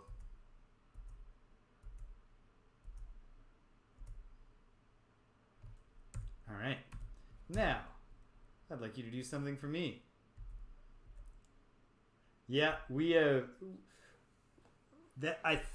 I know I got to 6 figures briefly before, but I think this is my 6-figuriest amount of money. Yes, I'll give you.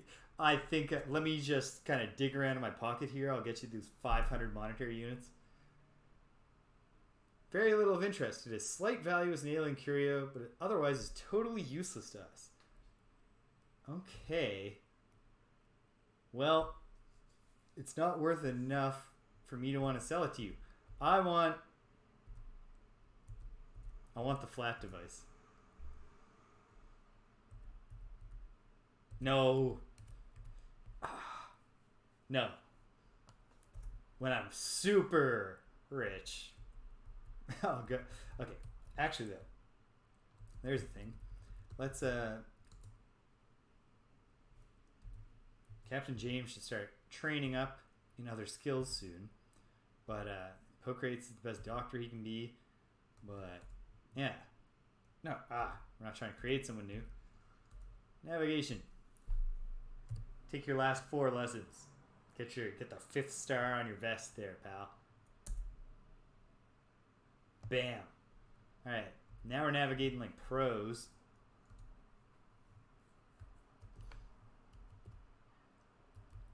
Let's find out if I'm in trouble. I don't think I am, though. Evaluation. Good work. Yeah, of course. That's why I had all that money. Alright. Have fun on Fungia. Earthlings. Used teleportal matter emitter. Almost perfect condition. Fine for short distance teleportation and relatively safe for longer jumps. 13,000 monetary units or best offer. Well considered trade for family sized neutron scooter. See Guido. Okay, next message.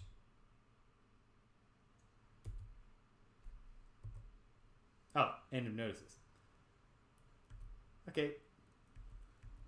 I don't know how to see Guido.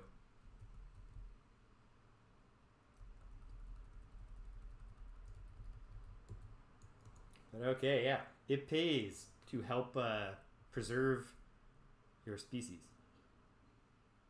Our armor has been shot off of us. Or not shot, probably vibrated off. Let's, we'll just throw some cheap class 2 armor on this thing. Because the armor weighs us down. Unrepaired damage? Where? How much to repair the whole thing? No repairs are needed, yeah!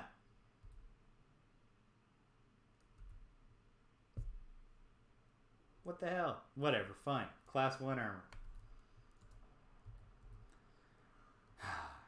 No, not time to upgrade the shields from class 3.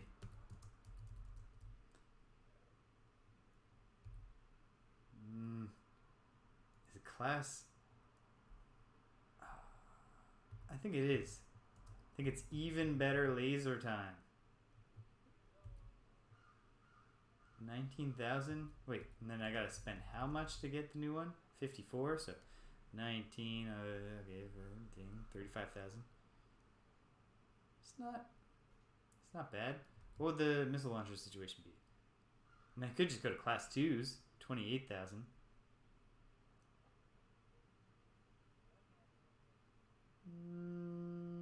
Yeah. Yeah, that's not even a big expenditure. Bit by bit, we'll improve things here. And what's the engine situation for the next level? 100,000. I do want that, but not just yet. Alright, she's getting better. I might even decide that I want to do more. Start next time. But, okay. So, this went well today. I won a combat. I did something. Whether or not it has anything to do with that button box, I got the Mechan to acknowledge me as a continuation of the old empire. We didn't accomplish anything through that, but we did gather as general sense that, yeah, something's important. We found our first colonizable planet. We did lots of stuff. You know what? Here it is. Last thing for today. Because I still do have lots of money. And I'm pretty well stocked for fuel too, aren't I? What's my fuel volume? Yeah, I practically came back with the same amount that I went out with. Give me the flat device.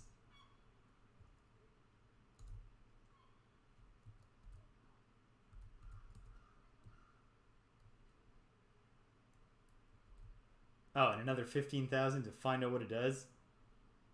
Or, no. This device will project a shield around your terrain vehicle. Terrific. Yeah, I like that. Thank you. Nice.